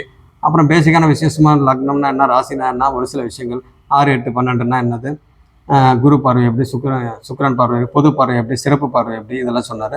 அதுக்கப்புறம் பார்த்தீங்கன்னாக்கா கிரகங்கள் சொன்னார், நட்சத்திரம்லாம் சொல்ல, ராசி சொன்னார், ஒரு கட்டத்தை போட்டார், அவ்வளோதான். அப்படியே சொன்னார். அப்படியே சுற்றுது எனக்கு தலை. ஏற்கனவே வந்து வியாதின்ற பேரில் வந்து சுற்றிக்கிட்டு மாத்திரை சாப்பிட்டு சுகர் ஏறி போய் எல்லாம் பிரச்சனையில் வந்துருக்குறேன். இதில் கரெக்டாக வந்து ஜோசியத்தை சொன்னவொன்னே இன்னும் அதுக்கு மேலே சுற்றுது. அப்போ சுத்த பார்த்தீங்கன்னாக்கா அப்படியே கன்ஃபியூஸ் ஆக. மொத்தம் புதன் தசையில் வந்து நிம்மதியே இல்லை, மூளைக்கு ஃபுல் வேலை தான். எந்த இதாக புக்தி மாற பார்த்தீங்கன்னாக்கா எந்தெந்த இதில் வந்து நம்மளுக்கு மூளைக்கு வேலை கொடுக்கணுமோ அந்த அளவுக்கு மூளைக்கு வேலை கொடுத்து யாருக்கெல்லாம் புதன் தசை வருதோ அவங்களுக்குலாம் பார்த்தீங்கன்னா தூக்கம் கம்மியாக இருக்கும், அவங்களுக்குலாம் வந்து கடன் இருக்கும், அது சுப கடனா அசுப கடனா அப்படின்றது புதன் என்ன நிலைமையில இருக்கிறாரு அப்படின்றத பொறுத்து நம்ம முடிவு பண்ணிக்கணும். அதே மாதிரி பொதுவாக நம்ம சொல்ல போனாக்க சரி ஓகே நம்ம வந்து நிறைய பேசிட்டோம். பொதுவாக இதை மட்டும் சொல்லி நான் முடிச்சுக்கிறேன். பொதுவாக தோஷம் பாருங்க, பொதுவாக வந்து தோஷம் வந்து நல்லா ஒருத்தவங்களுக்கு இருக்குது. பொதுவாக தோஷம் வந்து ஒரு ஜாதகத்தில் வந்து இருக்குது அப்படின்னா தோஷம் எவ்வளோ இருக்குதோ அந்த அளவுக்கு பார்த்திங்கன்னா யோகத்தை பண்ணணும். தோஷம் வந்து ஒருத்தவங்களுக்கு ஜாதகத்தில் இருக்குது அப்படின்னா அதுவே வந்து யோகத்தை பண்ணும். ஆனால் அதுக்கு நம்ம வெயிட் பண்ணணும். ஃபார் எக்ஸாம்பிள் ராகுக்கு எது தோஷம் அப்படின்றாங்க, இல்லை செவ்வாய் தோஷம் அப்படின்றாங்கன்னா எந்த இடத்துல இருக்கிறாங்க என்னன்றதை பார்த்துட்டு அதில் பார்த்தீங்கன்னாக்கா நம்ம டிலே பண்ணணும். மொத்தத்தில் தோஷம் அப்படின்னாவே டிலே தான். அதுக்கு பரிகாரன்றது ஒன்றுமே இல்லை. நம்ம நாளை கடத்தணும். நாளை கடத்த பார்த்திங்கன்னா அந்த தோஷத்தோட பவரே வந்து எல்லாம் கீழே போயிடும், எல்லாம் இறங்கிடும், அதில் பவர் போயிட்டு அதுக்கப்புறம் அந்த பவர் போனோன்னு பார்த்தீங்கன்னாக்கா அதுக்கப்புறம் ஆட்டோமேட்டிக்காக யோகமாக மாறிடும். ஃபார் எக்ஸாம்பிள் ஏன் ஜாதகம் மட்டும் இல்லை, நிறையா ஜாதகத்தை அந்த மாதிரி பார்த்துருக்குறேன். அப்போ வந்து தோஷம்லாம் யாருக்கெல்லாம் அதிகமாக இருக்குதோ அவ்வளோ போல் நம்மளுக்கு யோகமாக இருக்கும். அப்போ என்ன அர்த்தம், ஃபர்ஸ்ட் ஹாஃபில் வந்து நம்மளுக்கு கொஞ்சம் அடி விழுவோம். நல்லா வந்து அதோட இப்போ ஃபார் எக்ஸாம்பிள் வந்து ஒரு குழந்தை வந்து பிறந்திருக்கு அப்படின்னாக்கா அவங்க வந்து பார்த்திங்கன்னா 7, 8 வயசு 10 வயசுலாம் பார்த்திங்கன்னா பயங்கர சுறுசுறுப்பாக இருப்பாங்க. அப்போ டீனேஜில் பார்த்திங்கன்னா பயங்கர சுறுசுறுப்பாக இருப்பாங்க.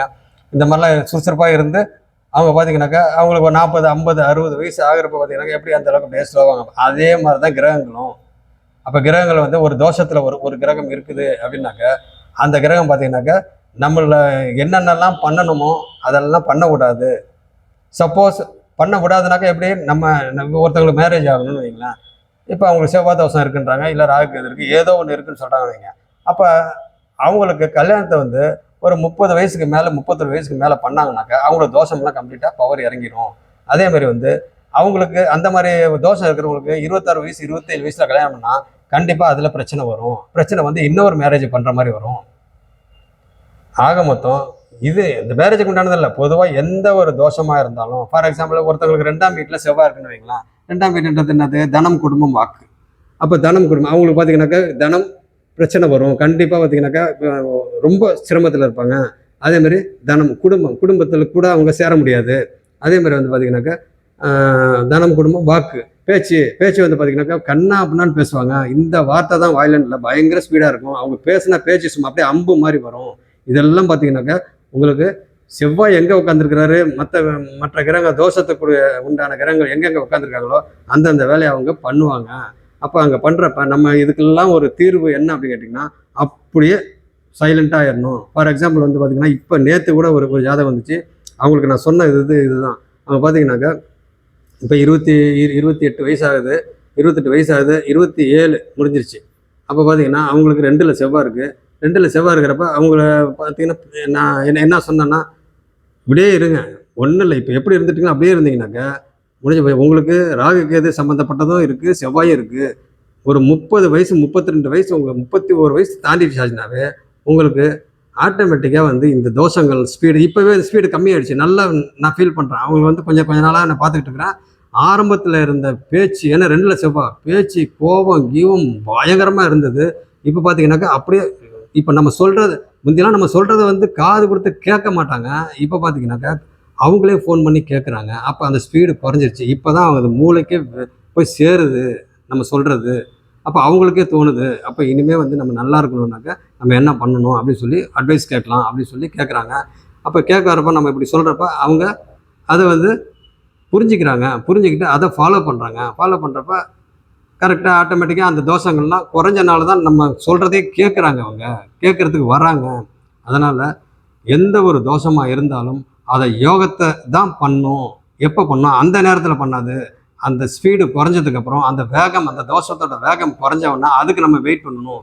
அத வெயிட் பண்ணிட்டு, அதுக்கப்புறம் பார்த்தீங்கன்னாக்கா, உங்களுக்கு 30, 32 மேக்ஸிமம் 35 வயசுக்கு மேல, அவங்களுக்கு டோட்டலாவே எல்லாமே யோகமா தான் நடக்கும். அப்படின்னு சொல்லிட்டு, இத்தோட முடிச்சுக்கிறேன். நன்றி. அடுத்த வகுப்புல என்னன்றத பார்ப்போம். ஓகே. நன்றி.